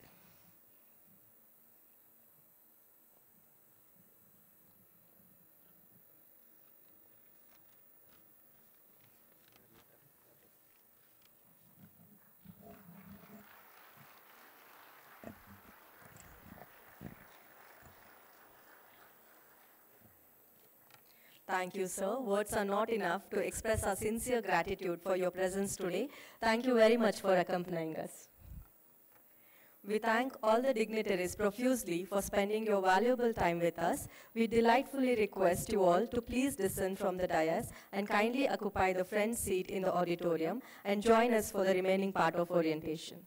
Thank you, everyone.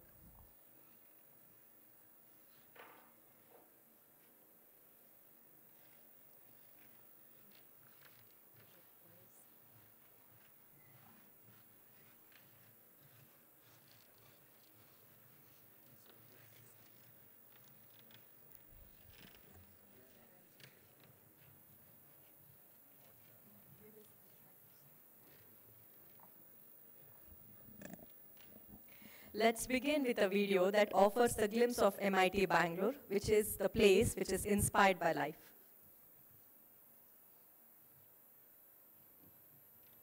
Excellence is a mindset, one that inspires you to go beyond your comfort zone to achieve your full potential, driving you towards greatness. It was with this mindset with which the visionary Dr. T.M.A. Pai set out to achieve excellence in education at Manipal over 6.5 decades ago. He pioneered independent India's first privately funded medical school by setting up Kasturba Medical College in 1953. Over the years, Manipal has grown from strength to strength, creating multidisciplinary world-class institutions in India and across the globe.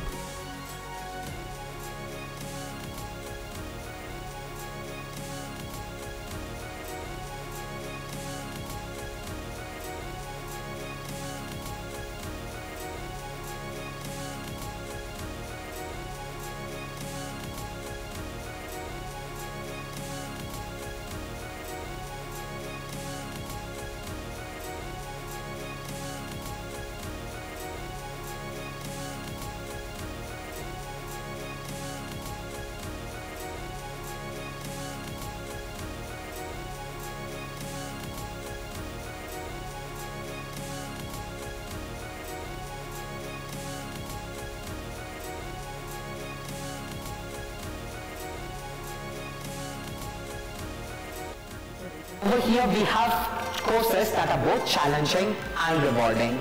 The courses are widely varied from computer science to electronics to cybersecurity, data science, etc.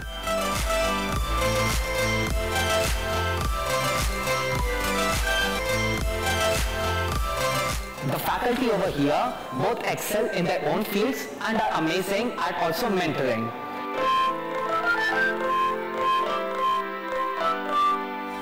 This was absolutely the right choice for me, and I do wish to see you here in Mahe, where the sky is the limit.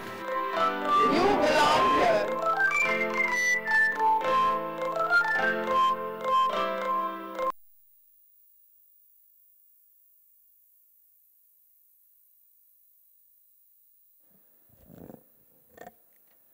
MIT is known for its rigorous academic standards, cutting-edge research, and a strong emphasis on practical real-world applications of knowledge. We foster a multicultural environment that promotes learning, collaboration, and mutual respect. Before we dive in, it's crucial to grasp the rules of the game to ensure a successful start. Dear students, your task now is to harness the academic system of MIT to bring out that successful engineer within you over the next 4 years. We are happy to have with us Dr. Prema KV, Associate Director Academics, who has always been a great strength and support to all the programs we undertake. I now request Dr. Prema KV to deliberate upon the academic process at MIT.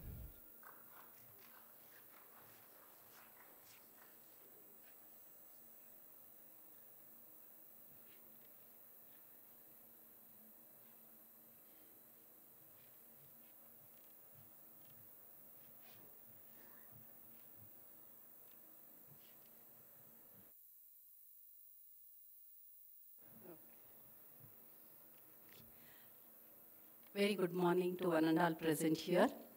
I'm Professor Prema KV. I'm the Associate Director as well as HOD of the Computer Science and Engineering program here. So yesterday we had orientation for 5 programs, that is BTech Computer Science and Engineering, then BTech CSE with specialization in AI, and 3 programs under Electronics and Computer Engineering.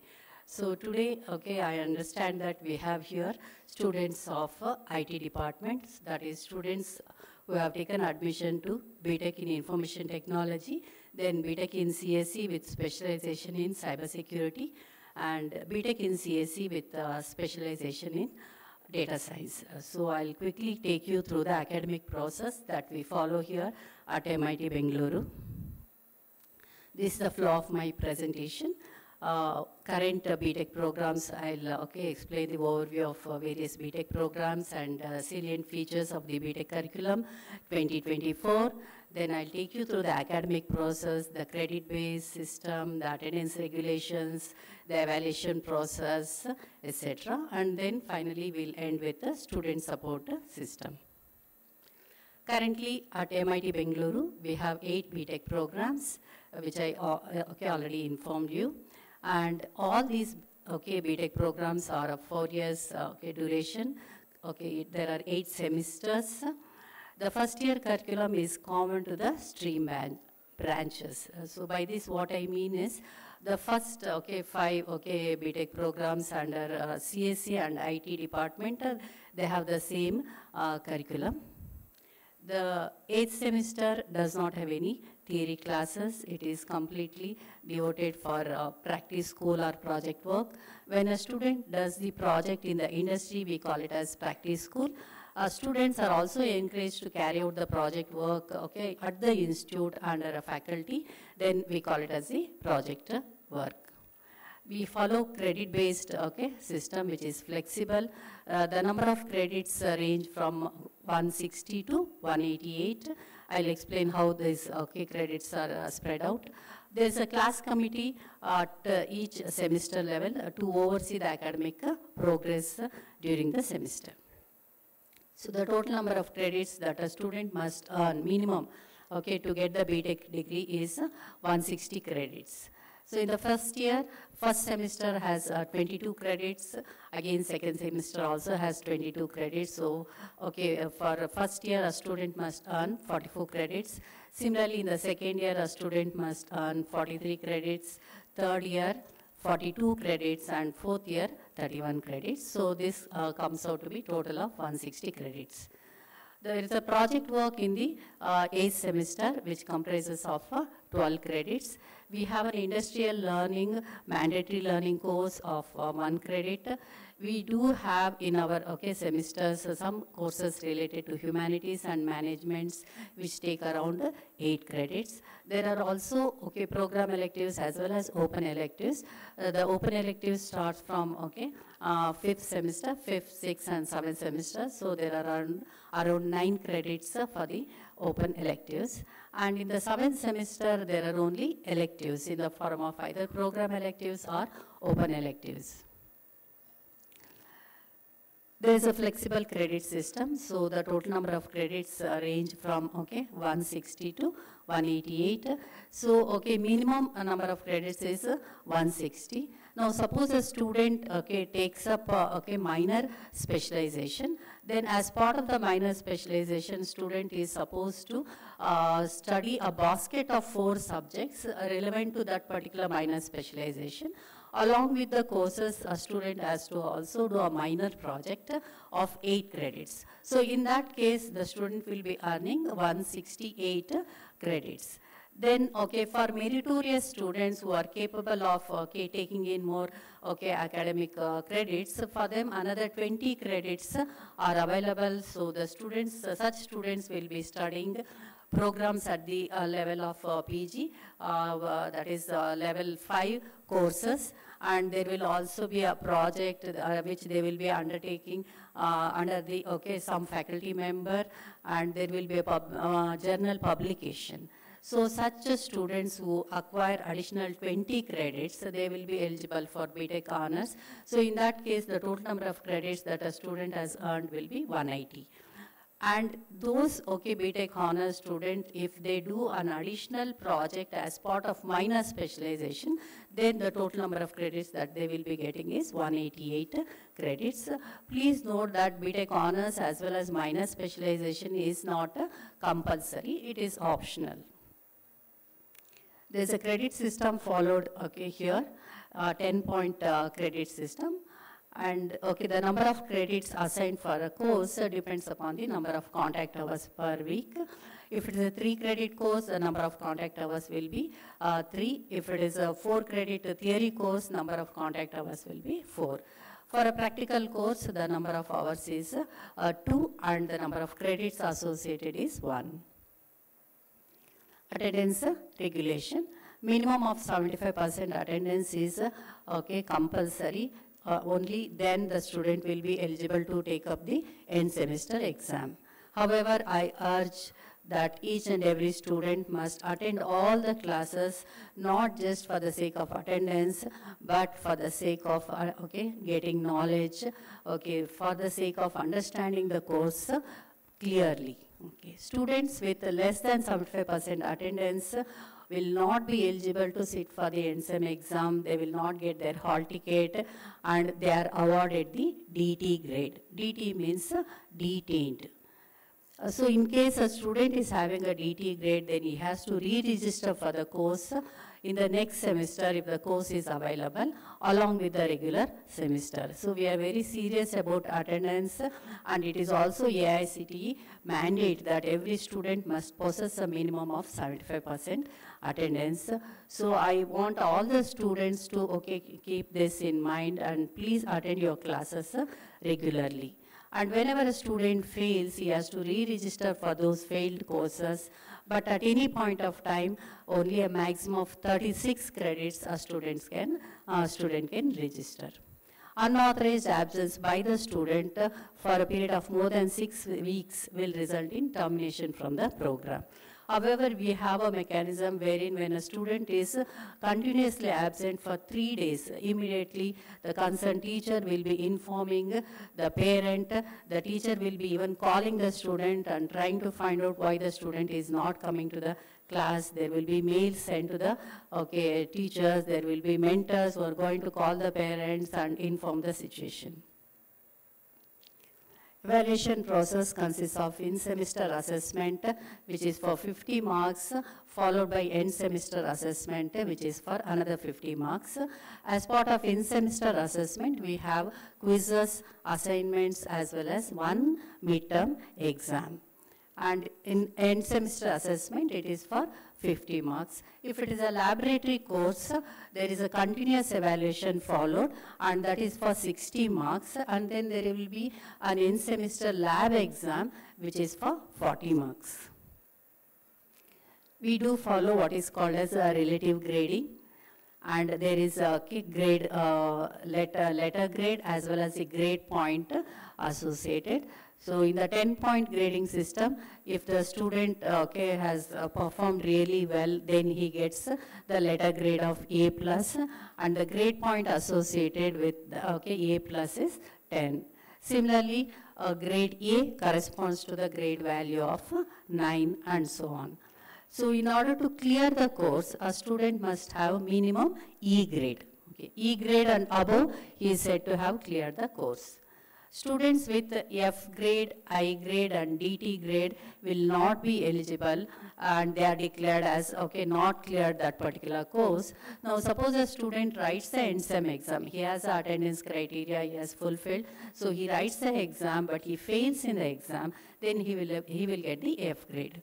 Now suppose he doesn't have the attendance, although he may be bright, but he doesn't have the attendance, so you will not be eligible to sit for the end-sem exam, and he will get the DT or detained grade. Now another case is student is having the attendance, he is eligible to sit for the end-sem exam, but he could not write the end-sem exam because of some personal emergency. Maybe he met with an accident or he fell sick, therefore he could not write the exam. Then it is called as incomplete. So in case of F and DT, the maximum grade that a student can get next time when he writes, that is, he has to re-register for that course and again write the exam, and in that case the maximum grade will be capped to C grade only.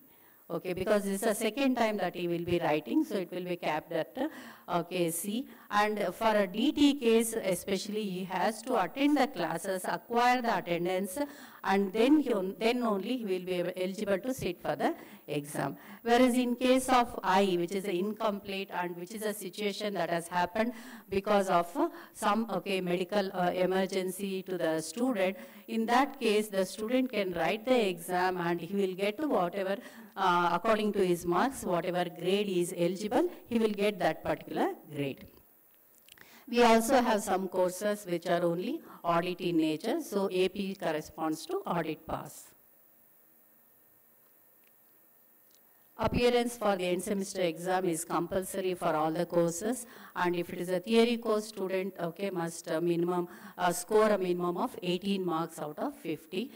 Then only he will be graded. Now suppose he has got very good internal marks, then he should not think that he need not write the end-sem exam. Writing the end-sem exam is compulsory, and a student must have a minimum score of 18 marks. Internal assessment and end semester assessment marks are added together, and it should be more than the cutoff for a particular subject. And suppose a student fails the regular exam and then he writes the makeup exam, then whatever cutoffs are decided in the regular exam, same cutoffs will also hold good for the makeup exam. A student who has completed a course cannot request for improvement of courses again. Such a facility does not exist here.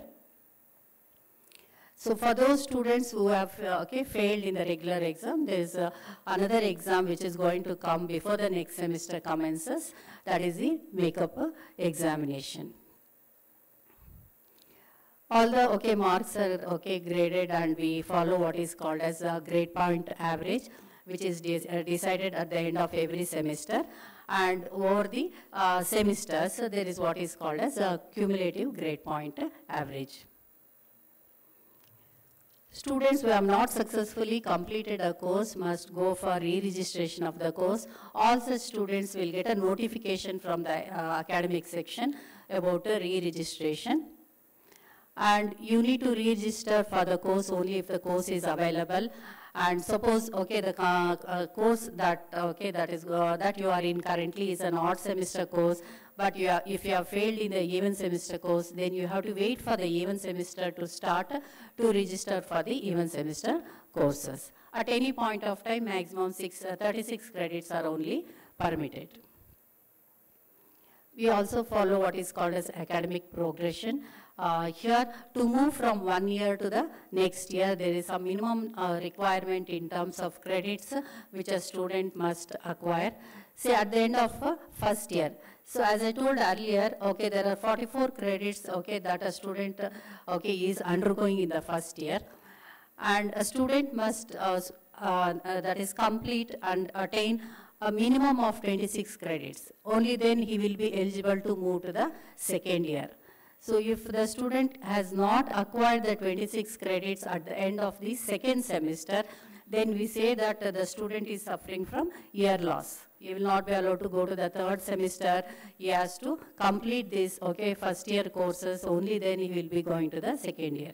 Similarly, at the end of fourth semester, a student must have minimum of 68 credits to be eligible to move to the third year.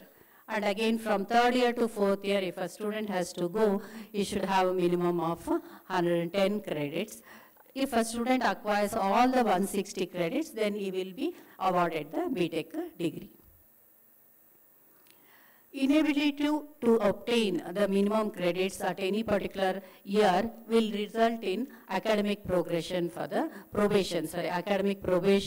student.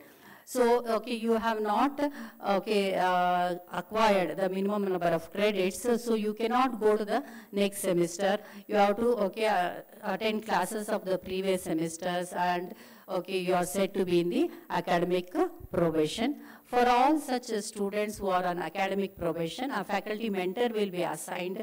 The mentor will be monitoring the progress of the student and interacting with the student and trying to help him. And okay, she will, okay, handhold the student for one, okay, year. Even then, suppose, okay, a student, okay, fails to clear the required number of credits, then after 2 successive year loss, student will be terminated, okay, from the program. So please, okay, keep this in mind. Registration for the academic program will be terminated after 2 successive year loss due to the lack of minimum credits which are required, and the student is not able to get those number of credits. In order to encourage meritorious students, okay, who are capable of taking additional academic load, we have BTech Honors program, which is present in all the BTech programs. In order to get a BTech Honors degree, student must acquire additional 20 credits, which are in the form of theory courses as well as one project work, which must result in a journal publication. In order to be eligible for this BTech Honors program, student must have a CGPA of 8.5 at the end of 4th semester. Then in 5th semester, 6th semester and 7th semester, he will be studying, okay, additional subjects at level 5, which are PG level subjects, and he will also be undergoing one project work, and that project work must result in a journal publication. Then the student will be eligible to get this, okay, BTech Honors, and the student should maintain this minimum CGPA of 8.5 even at the end of the program. That is, at the end of the 8th semester also, student must have the same, okay, CGPA of either 8.5 or above. This is the minimum what we are saying. Okay, that must be, okay, available with the student. We also have what is called as minor specialization, and this is again optional.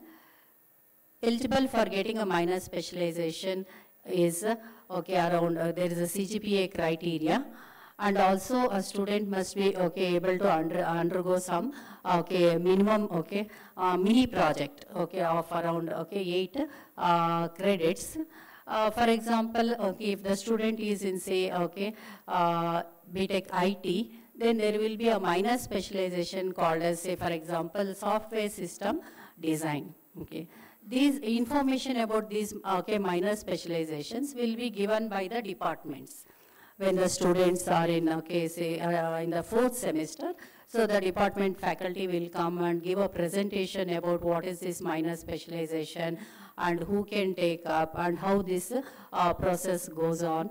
Okay, so students, okay, can take up this minor specialization and do the mini project, and this minor specialization information will come in the 8th semester marks card and also in the transcript.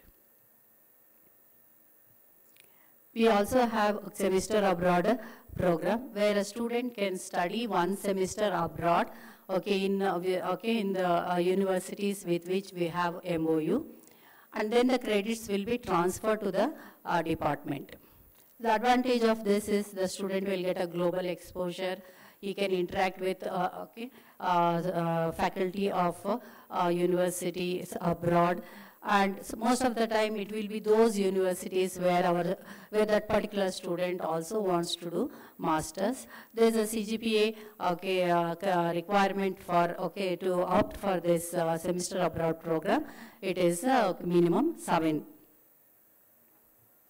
There's branch change possible, as we have been telling at the end of first year.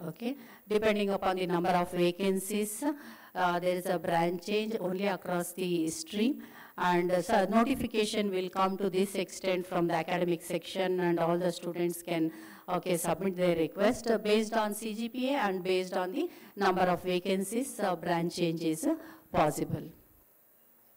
Once you are submitted for branch change and branch change has happened, option for reverting to the original branch will not be entertained. So we do believe in applying technology in education.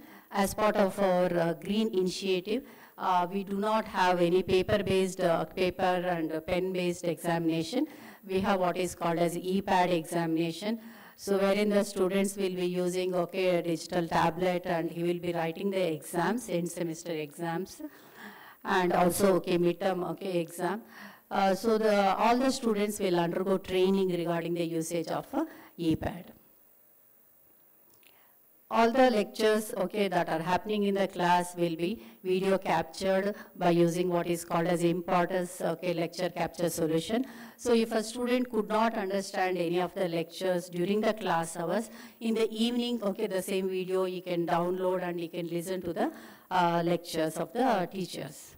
And we have what is called as a learning management system, or LMS, through which all the quizzes and practice questions will be available. Students can make use of that. Again, regarding the usage of LMS, students will be given training. There is a SLCM, or a student life cycle management system, which is accessible to both the students as well as the parents. Through this SLCM, the students can create their own profile and they can view their academic records. They will get information about some notification about some events. The class timetable will be available here. The financial details are also visible here. Same SLCM is also available to the parents. There's a parent login. I request all the parents to collect the username and password in the coming days, and you can log into this portal and see the performance of your ward regarding attendance, or whether it was absent for any particular quiz or test. All that you can monitor by accessing SLCM. I think you have already received these academic timelines. So, the classes are going to commence from coming Monday, August 19th. The last instructional day is on 20th of December 2024. Our end semester exams are starting from December 2024 to January 7th, 2025. The second semester classes will begin from 13th of January 2025. In order to help the student to progress into this professional degree and to understand whether the student is having any issues and resolve them, we have a student support system consisting of mentor-mentee scheme. I think all of you already are familiar with this. So every student is assigned a faculty mentor. The mentor will be personally meeting each of the students, and they will be trying to understand whether the student is able to cope up with this technical, whatever courses that are going on, whether he is able to understand. So the teacher will be asking every such student if whether the student is okay or is having any problems, and the mentor will also be interacting with the parents. So mentor will be calling the parents, and first they will introduce, and then they will be sending information about the attendance or the class performance of the students to the mentor. I request the parents also to please keep in touch with your ward's mentor regarding the your ward's progress. There is also class committee for each semester. The class committee consists of the chairperson, who is normally the HOD of the department, then all the teachers and the class representatives and others two class students will be part of this class committee. The class committee meets twice in a semester, and they will try to understand. We'll encourage the students to talk if they are facing any problems, and we'll try to resolve those issues as and when it occurs. Immediately we'll try to resolve. And as we told, many people mentioned about technical clubs. There are around 36 technical and non-technical clubs, and a student is encouraged to become a member of some of these clubs. And there are also community service programs like NSS, NCC, Voluntary Services Organization, and also Literature Society. These are some of the events that are captured. And we do have a college magazine, which is annual in nature. And in the college magazine, annual college magazine, all the talents of the students can be read. The students will write their own articles. There is a student editorial board which is managing this college magazine, of course under the guidance of the faculty coordinator. There are also 2 annual events, one cultural event called as Falak and one technical event called as Solstice. So this is just a glimpse of our student achievements. In order to encourage the student to build their IT skills, we have what are called as Coursera courses and also Swayam MOOC courses. We encourage all the students, at least to complete 2 courses on these platform. And Coursera courses are free to all MIT students. In order to nurture and inculcate the research skills among the students, there's an institute level student research activity committee that maps the students' research interest to the teachers' research interest, and the teachers and students, they meet, they coordinate, and they carry out some research projects, and there's also research incentive given to the students. We have around 20 MOUs from different IT industries as well as universities. This is a glimpse of industry talks that we have organized in the past.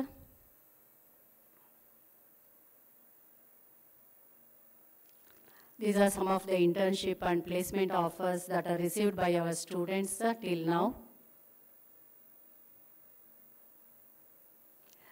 We believe that education is the most powerful weapon which you can use to change the world.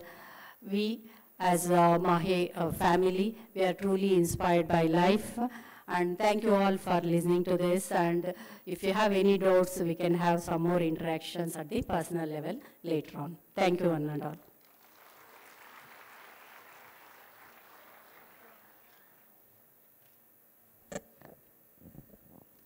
Thank you, ma'am, for conveying the detailed information of the academic process. MIT is predominantly a residential institute, housing over 3,000 students in its hostel. Our students come from all walks of life, and they have stories to share. From today, we hope you will immerse yourself in a wide range of educational opportunities and nurture rich character as individuals for fulfilling your student life. To ensure this, the management at MIT is committed in providing each student with personal care and attention throughout their time on campus. MIT's hostels are more than just a place to stay. It is home away from home. They are a community where lifelong friendships are forged and personal growth is nurtured. Now, I would like to invite Ms. Sarita Vijayanagar, Student Chief Officer, Mahe, to brief the guidelines of the hostel.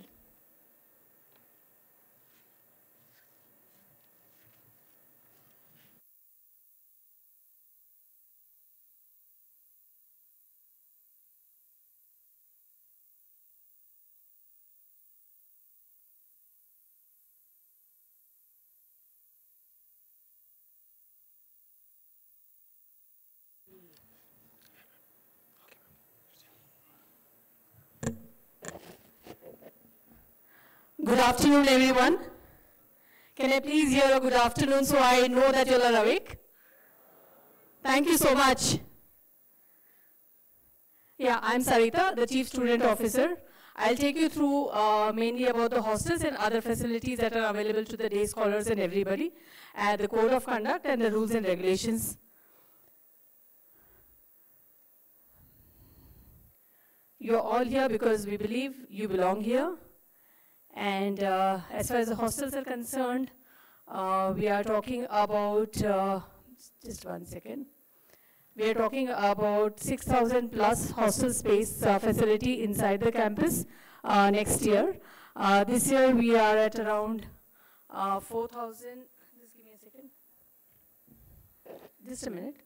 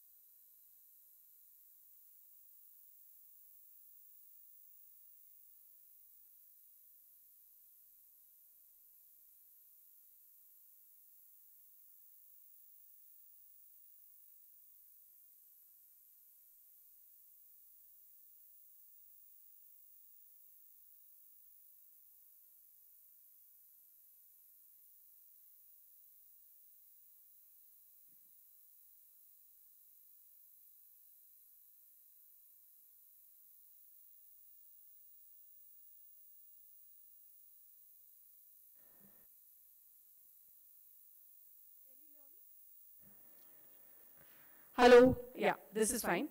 So this year we have about 4,200 plus students who will be staying in the hostels. And next year we will have an additional capacity that will be built in, and we will have about 6,000 plus students in the hostels. Just to give you a glimpse of how the hostel room looks, we have single rooms, AC, non-AC. We have the double rooms, which are again AC, non-AC. And these are for the new admissions. These are in the HB4 block, the hostel block 4. Also, some of the students of MIT will be staying in the off-campus hostels, which are, one hostel is about 13 kilometers away, and the second hostel is about 7 kilometers away. So that's about the hostels. I will go through the facilities that are available, and then we will move on to the rules and regulations. Specifically, if I look at from the parents' point of view, and of course the students also, some of the aspects that you would be interested in is, and concerned about is, what about the food for my child? So we have two food vendors. One is Chef's Touch and the other one is Blue Dove. And our focus is to ensure that they provide timely meals to all our students. It is breakfast, lunch, evening snacks, and dinner. The timings for each of these meals are already decided and are available on our rules and regulations also. And I'm sure when you have spoken to the vendors, they would have given you the updates.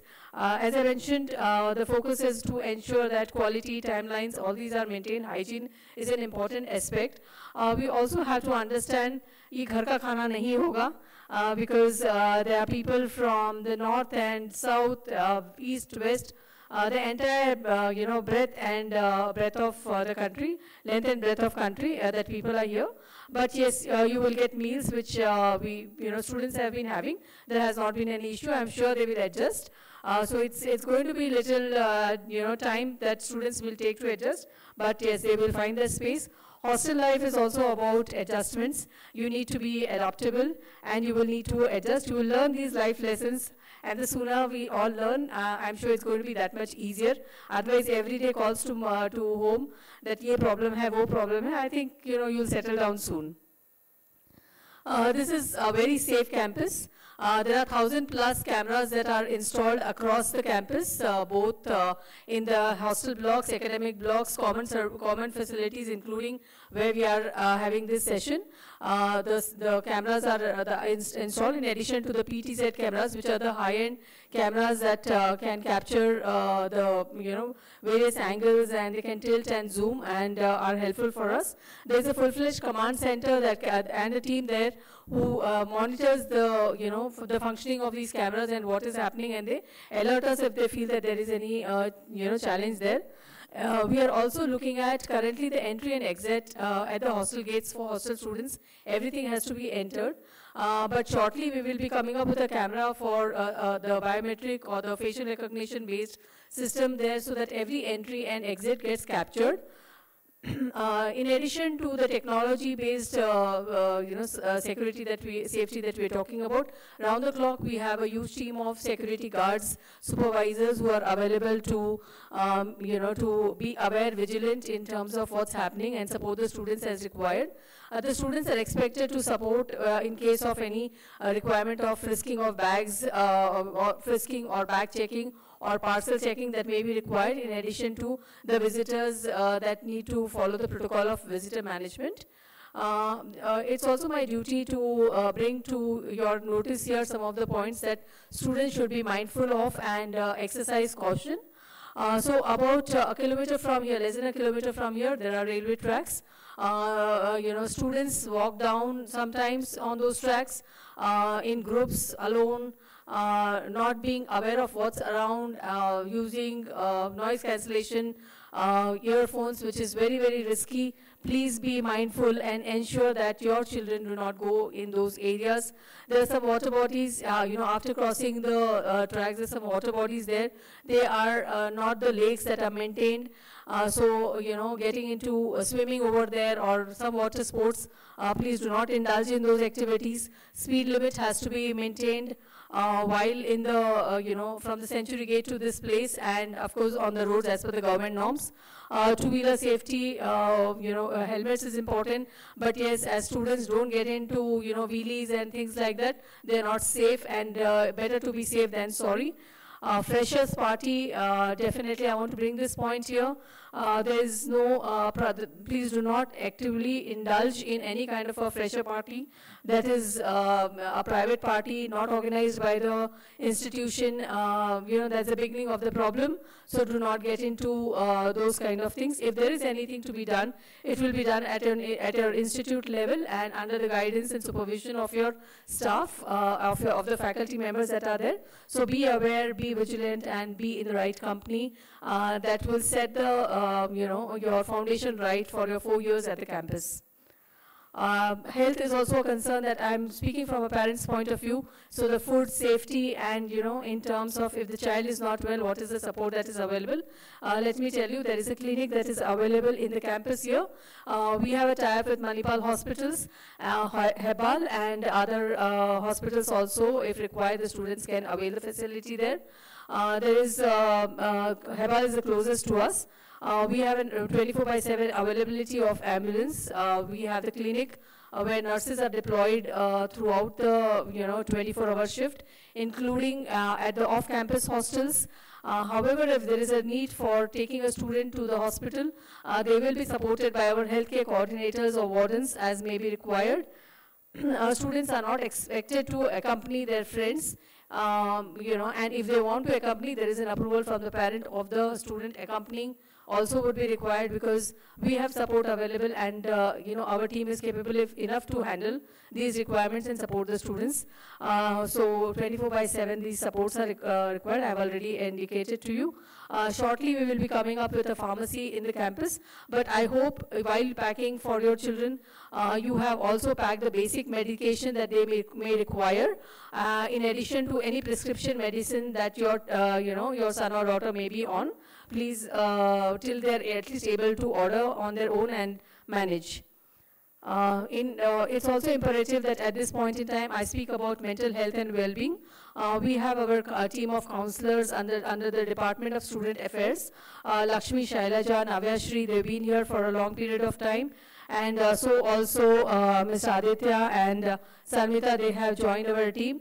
This is a very, very private conversation, one-to-one counseling sessions that the students can have with the counselors. I'm sure the first few weeks, months will be a lot of adjustment and a lot of challenges, stress that may be there. So please reach out to the counselors if required. In addition to this, we have a tab with Your Dost, which is a 24/7 platform that is available for the students to reach out in case they need any help at any odd hour of the day or night too. The Your Dost tab has to be is available. That team can guide you and help you, and that's also purely confidential, except when there is a red alert, they inform us that please reach out, there is probably a problem. So other than that, and that's also to a single spoke in the system. Other than that, there is no information either with the counselors or with any of the team members that gets diluted, and we get to know what students are going through. That's purely a commitment that is there. I think anywhere we go today, first we say, okay, what's the Wi-Fi password? So there is a tie-up with IBIS, and we have a tie-up for all our Wi-Fi services. Up to 3 devices at 10 Mbps is available for students to use. As a part of the registration at the hostels, one of the counters is for Wi-Fi registration, and the team is available at the campus to help you, to support, and to ensure you complete the registration process. And they're also available in case of any challenges or difficulties when a student may encounter. And there are no hidden charges there. It's a free service. We spoke about some of these things, CCTV, Wi-Fi, biometrics. I think all of you did the biometric registration, the facial recognition based registration if you're in the hostel. Then any tech solutions and any other things that we need on the IT field. Our man Fridays, Prashant, you will also interact with him in the afternoon session between 3 to 5. We also have a tie-up for laundry. As a part of your fee structure, there is a compulsory component there, which is the laundry service. Students can avail of this. That registration also would have been already done at the time of registration. This includes about 30 cycles of wash and iron, and each time 6 kgs. Trust me, this is more than enough, though initially you may feel that it is less. If I look at the data, the utilization is typically around 20-22 washes that the students are using this service for. And this is for the academic year, which is approximately about 10 months. There's a small mart at the campus where the students can go for their basic requirements, maybe a toothbrush or toothpaste, or some shampoos or things like that, or anything to munch on. Chocolates they can pick up from here. Stationery, we have a small stationery shop at the campus. All basic requirements of stationery, nothing to worry. You've forgotten a notebook, you can go and pick up something, and you can use these services. Grooming is an important component of our corporate environment and culture that we are trying to build. So we do have a salon at the campus. It is a unisex salon. Students can use this service. Our partners for various services is, for hostel management, it is Zolo. The Zolo team reports into us, and it's a very dedicated team of wardens and housekeeping and the whole team that operates the hostels. We have the Zolo team there. Then our food partners are Chef's Touch and Blue Dove. Internet is IBIS, and Saloon is Campus Style Masters, again through Blue Dove. And our laundry partner is Quick Smart Wash. Transport is Bhagirathi. So those students who are using our day scholars and would like to use transport, I will briefly touch upon that in the coming slides. Most of these services, other than Zolo, are being managed by the team of Deputy Director General Services, Mr. Basavraj and his team. So Patrick takes care of security, Mohan takes care of general services, which is electricity, water, all the challenges that we have, fire safety. Vinod is our man for basically transport and mess. And Devi takes care of the medical requirements and coordination for medical support services that are there. Transport services for day scholars, for your information, we have increased the number of route buses, and today we have buses from South Bangalore, East Bangalore, North, West, and we have also added neighboring routes like Dorbalapur Road and Devanhalli Road as per the requirement. Those who are from our day scholars may have already booked their transport services, but this is just I'm covering briefly. those students who are in the off-campus hostels, there is a transport facility available for them as per the schedule. So you can see that the classes start at about 9 o'clock in the morning. We expect the students to be at the campus by 8:45. So the bus leaves from the hostels at about 8 o'clock in the morning. And the last bus from the campus to the hostel is at 8:30 p.m. so that they are back in the hostels by the time the curfew starts, which is 9:30 p.m. The service is also available on weekends and holidays.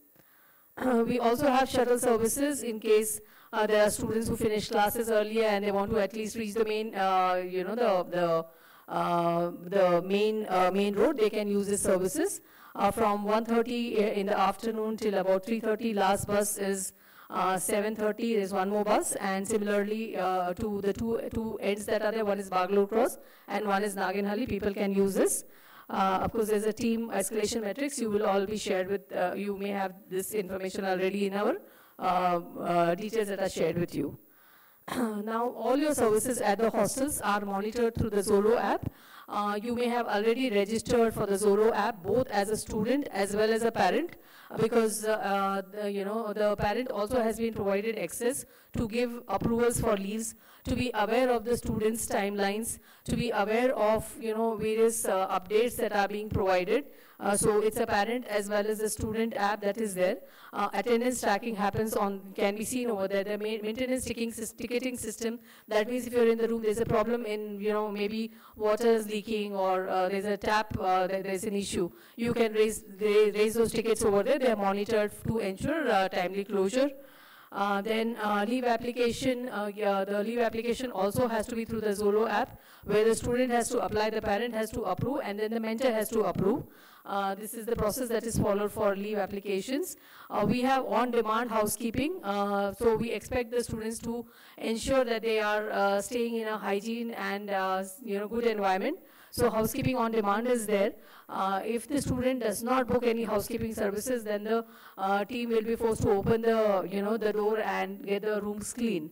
But we expect the students to keep their rooms clean. There will be a lot of engagement initiatives also through the app, which will be information about the various events, activities that will be there. Menus for the food will also be updated there. Then you will also have an option to select your food vendor on this particular app. Whichever is the food vendor that you may have selected now, that food vendor can be modified in the subsequent month. So there will be a small 3-day window where it can be modified. And then it will be effective from the subsequent month. So there is this, I already said, there will be feedback also that can be indicated so that we know where we are and what needs to be done for improvement. Sports facility, I think Dr. Prabhu has already covered in the morning, so I will just kind of rush this through. There are outdoor sports that are there, different games people can play. Marina is another facility, which is a subscription-based facility. Information available on the website, please go through it. In the interest of time, I'm actually running through some of the slides quickly.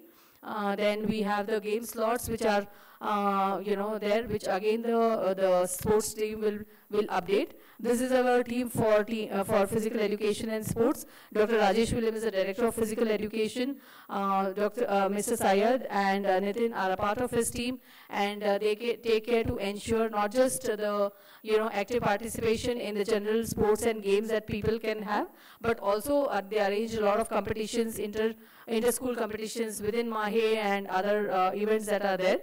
So this is an important team, and we believe to have a healthy mind, body, sports is an important component. We would urge the students to actively participate in the sports. Now moving on to some do's and don'ts. If you're in the hostel, please ensure that your attendance is recorded, because this is the first information that's available to us regarding availability of the students in the hostel. The hostel attendance has to be recorded as per the protocol, which is I'll come to it. There are some more points on. There's a separate slide on timelines. I'll update that. We expect students to keep their rooms locked before they leave. Inform your warden if you're sick, if a student is unwell. We will not know unless it is updated to us, so please inform the warden. Sports facilities do use, housekeeping on demand, please use. and adhere to the rules and regulations. All the students who booked hostels were sent intimation about the hostel rules and regulations. It is also available on website. We had also indicated that those students, if you go through the rules and regulations and you agree to adhere to them, then please go ahead and book the hostels. So I assume that students who have booked the hostels have already given their commitment to following the rules and regulations, and we will take that as given. There is silent hours, that means from 12:30 a.m. to 6 a.m. There should not be any noise, and students are expected to be back in their rooms. There are no food passes beyond 10:50 p.m. Swiggy, Zomato, I think we all live with Swiggy, Zomato, to meet our requirements beyond our mess food and any other requirements that are there. So we do not encourage that. But however, if students want to order, it is only up to 10:50 they have to themselves pick up their parcel from the gate. There will be no movement in collection of parcels by anybody else, and it will not be delivered to the student hostel blocks. So please, if you have to order, please order in a manner that you are able to collect the parcel on your own. The students are expected to report to the campus by 9:30 p.m. From wherever they are. By 9:30 p.m. they should be back to the campus.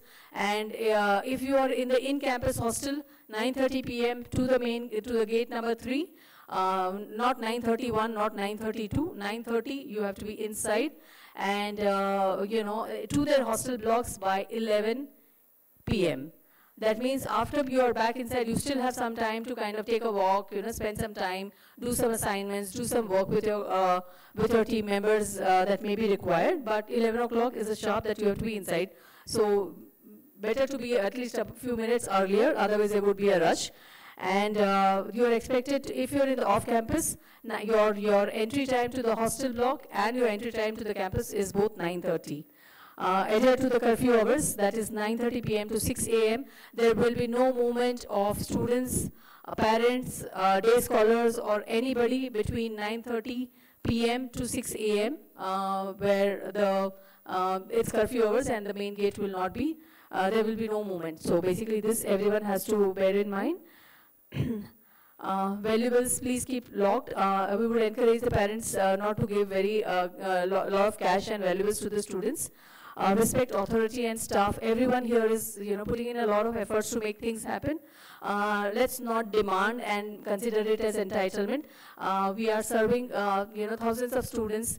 We should also be mindful. The team is here to support, but you please be patient and supportive. Respect the authority is important, and not just the authority, even if it is a housekeeping person or a security person who's there, is there to ensure your safety and security and to provide an environment for you. Please respect them. Cooperate during room audits. Room audits will be done on a regular basis. The wardens and the security team will be coming for random room audits on a regular basis. The students are expected to cooperate. So please be mindful and do not get into an argument with them. They are doing their job. We will not be disturbing you. We expect you to abide by rules and regulations, but if there are variations, we expect the students to be accepting of whatever variations are there and report in case they have any different opinion on that. Check the notice board on a regular basis. Reach out to the campus counselors in case help is required. We expect students to dress appropriately. I have already mentioned that we are preparing students for their corporate careers, whether it is you're starting an entrepreneur journey or you're joining a campus or going anywhere for further education or whatever. We expect end of it, we are looking at working in an environment and wear clothes which are in line with that culture, which is basically the corporate culture that we are talking about here. Whether in the campus, in the hostels, or whether in, whenever you're representing MIT and Mahe Bengaluru. Follow the student code of conduct. This is also already been shared with you all. Follow the leave management, process. Now, the student is expected, if you're going on leave, the student has to apply leave, the parent has to approve, the mentor has to approve. It cannot be that, that we apply at 11 o'clock or 12 o'clock or for just in time for your faculty or mentor to approve. They also have their life. They cannot be approving leaves at 11 o'clock, 12 o'clock at night. Emergencies are different, planned leaves are different. At least planned leaves, if any, should be planned about 24 to 48 hours in advance, giving enough time for everyone to follow the approval process and for things to be planned suitably. Be sensitive and considerate towards roommates. I think probably all of you would be interacting and sharing a room. If you're in a double sharing room, you will be sharing a room with completely different set of people, strangers. You would have not known them. You're just getting to know them. At this point in time, it is important that be mindful, be considerate towards your roommate, and we would it becomes very difficult if the two people do not gel. It becomes difficult, so please be mindful of that. We do not want things to washroom etiquettes, all these things. They are learning process, and I'm sure you all will adjust in the system. Maintain strict discipline, behave politely. I've already said dress code, we've spoken. Yeah, please carry your ID cards once it is issued to you at all times. Be aware of the rules and regulations. Pets are not allowed inside the rooms, so no pets. No snacks and buying of items in large numbers. For resale or any other purpose, this is a disciplinary no-no. Birthday celebrations cannot be done in the rooms. No birthday cakes are allowed inside the rooms. It is in the identified warden space area where birthday celebrations can happen. Of course, when you are out till 11 o'clock, you can do your birthday celebration inside and come. That's specifically the reason that the silent hours are from 12:30 onwards. No cooking is allowed in the room. No electrical appliances are allowed in the room, so no ironing, no iron box, no kettles, no induction. None of those things are allowed inside the room. If your children are carrying that in the bag, I would request you to please collect it back and take it, because if it is found, then it will be confiscated. It will be confiscated and you will not be getting that back. So it is the right time that I tell you, this has already been sent to you as communications couple of times earlier, but if you have still carried it, please ensure that the same is collected back before you leave. I think these are basic things. Credit card, debit card pins do not share. No proxies are allowed. No day scholars are allowed. Also fire alarms, misuse of fire alarms and lift alarms not to be done. Otherwise, it is a huge problem. Tomorrow, when we have a problem, it will be considered as intentional mischief, and that's not going to be good for any of us. Damaging university property is known. We would expect students to be mindful of that. Any form of cybercrime, illegal activity is strictly prohibited. No video audio recording of any members, roommates, authorities, anybody is permitted.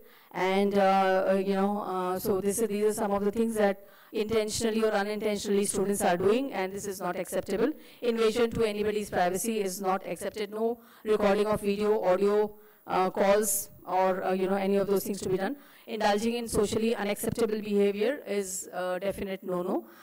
We would expect the decorum of this institute, this campus to be maintained at all times. No ragging and no mobile phones to be used. These are some of the things which, no cheating, plagiarism, proxy is a serious offense. Ours is zero tolerance as far as ragging, smoking, substance abuse, alcohol is concerned. If any of the student is found indulging in any of these things, possession, consumption of cigarettes, vape, or substance, that's going to be taken up by the disciplinary committee. There are defined rules and regulations for that, and there are actions, and if there is repeat offenses on these, it will have an impact on your hostel booking, hostel track record, and your continuity. Some of these things also have an impact on your academic continuity and academic rigor. So these are, I think all of us know, ragging is an offense, not to be permitted. We also have a very strong policy on prevention and prohibition of sexual harassment at workplace, and we are very committed to ensuring we provide a conducive environment for work and studies for our students. These are some of the important committees that are there. You will get to know as you navigate your journey in the campus. We have a Department of Student Affairs that takes care of other other engagement initiatives with the students. Dr. Arjun is the director, and Ms. Saujanya is a student experience consultant who will plan a lot of activities for the students, which would include your extracurricular, co-curricular, and engagements that are there. So like typically if you want to look at higher education competitive exams will be organized by the team, various universities, links, and a lot of these initiatives will be planned by them. Student club initiatives, guest expert initiatives, study better workshops, and I think they did a workshop already which was basically, or maybe it's planned, which is about your transition to college life sessions that are planned for the students.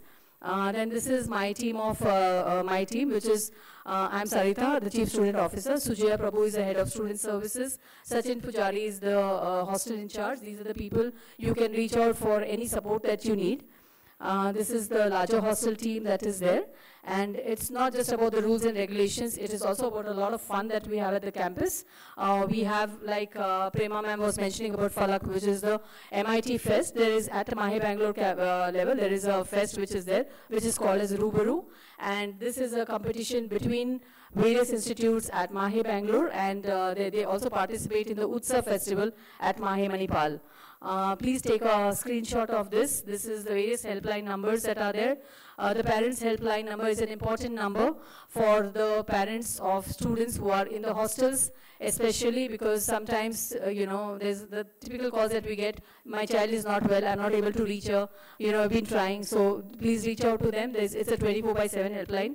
People will be available to help you and guide you.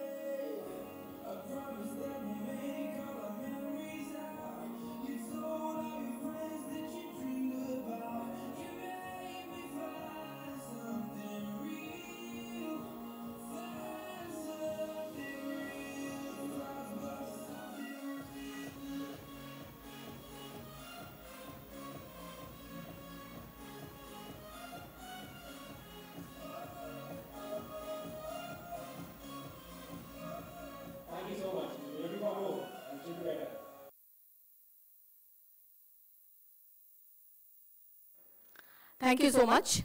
So looking forward to welcoming all of you at Mahe Bengaluru campus. Thank you. All the best, everyone. Thank you.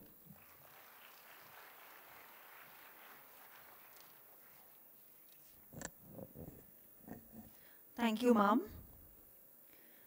Appreciation is a wonderful thing. It makes what is excellent in others belong to us as well. As we come to the close of our MIT RM 2024, it is our bound duty to thank everyone who has given their time and effort for the success of this program. Every celebration is an experience. The internal remains and reverberates deeply within our souls, while the external fades away.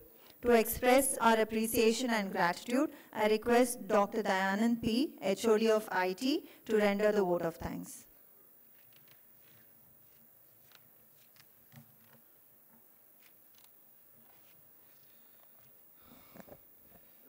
Hello everyone.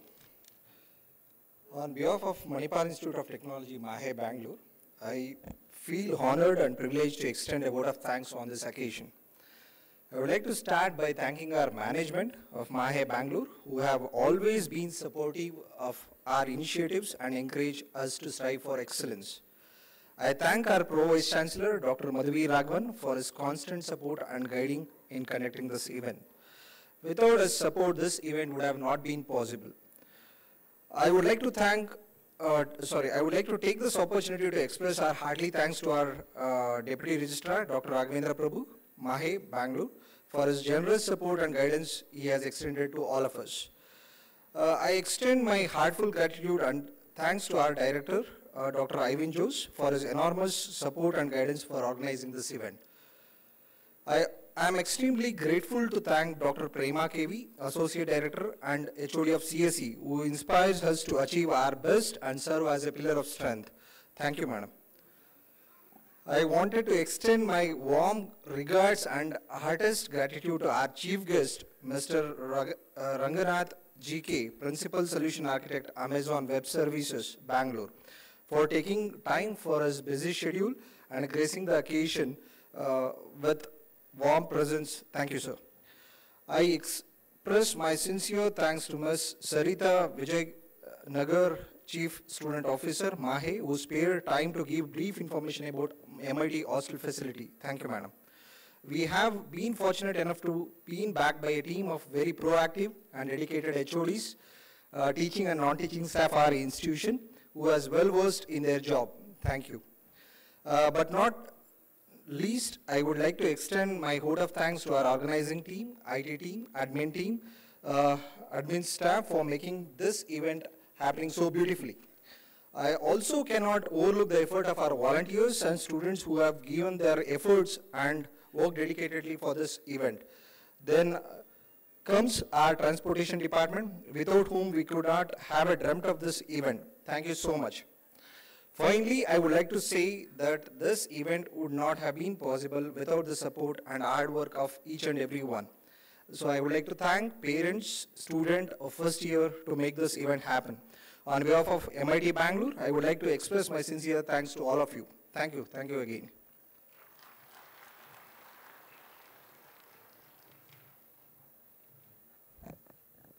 Please be seated. We have an important announcements to be coming up.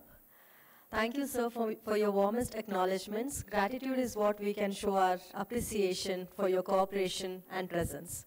Today, with a deep satisfaction, we conclude that there is no alternative to hard work and dedication. As said by our Dr. T.M.A. Pai, what is seemingly impossible can be made possible. Recognition will come sooner or later.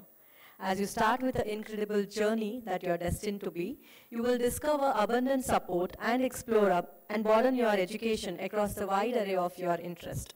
The entire university is here to support you and encourage you as you come across to study across Manipal Institute of Technology, Bengaluru. I speak for the entire faculty, staff, and student community of MIT Bengaluru in saying that we are so happy that you have made a decision to join us. Even the greatest people were the beginners. Don't be afraid to take that first step. By this quote, I wish all the students the best of luck for the future endeavors and hope that you grab all the opportunities in your life. We, MIT, promise to provide you all the best platforms to outshine and transform yourself towards a very good, bright future. Ladies and gentlemen, with this, we come to an end of the orientation program. Please pay your attention for an important announcement.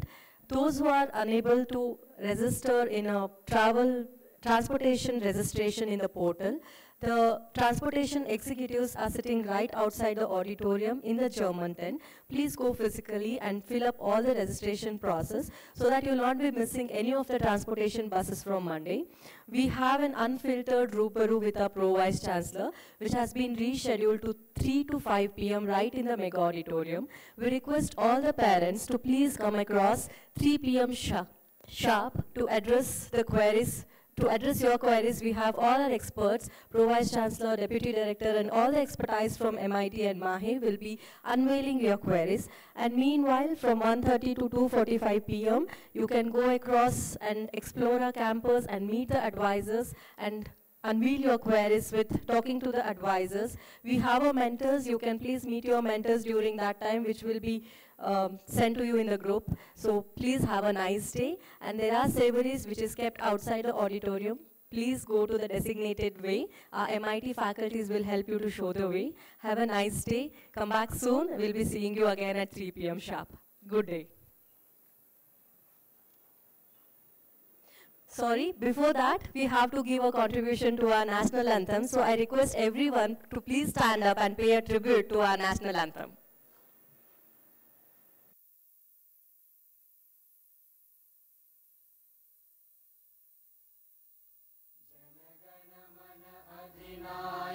जय हे भारत भाग्य विधाता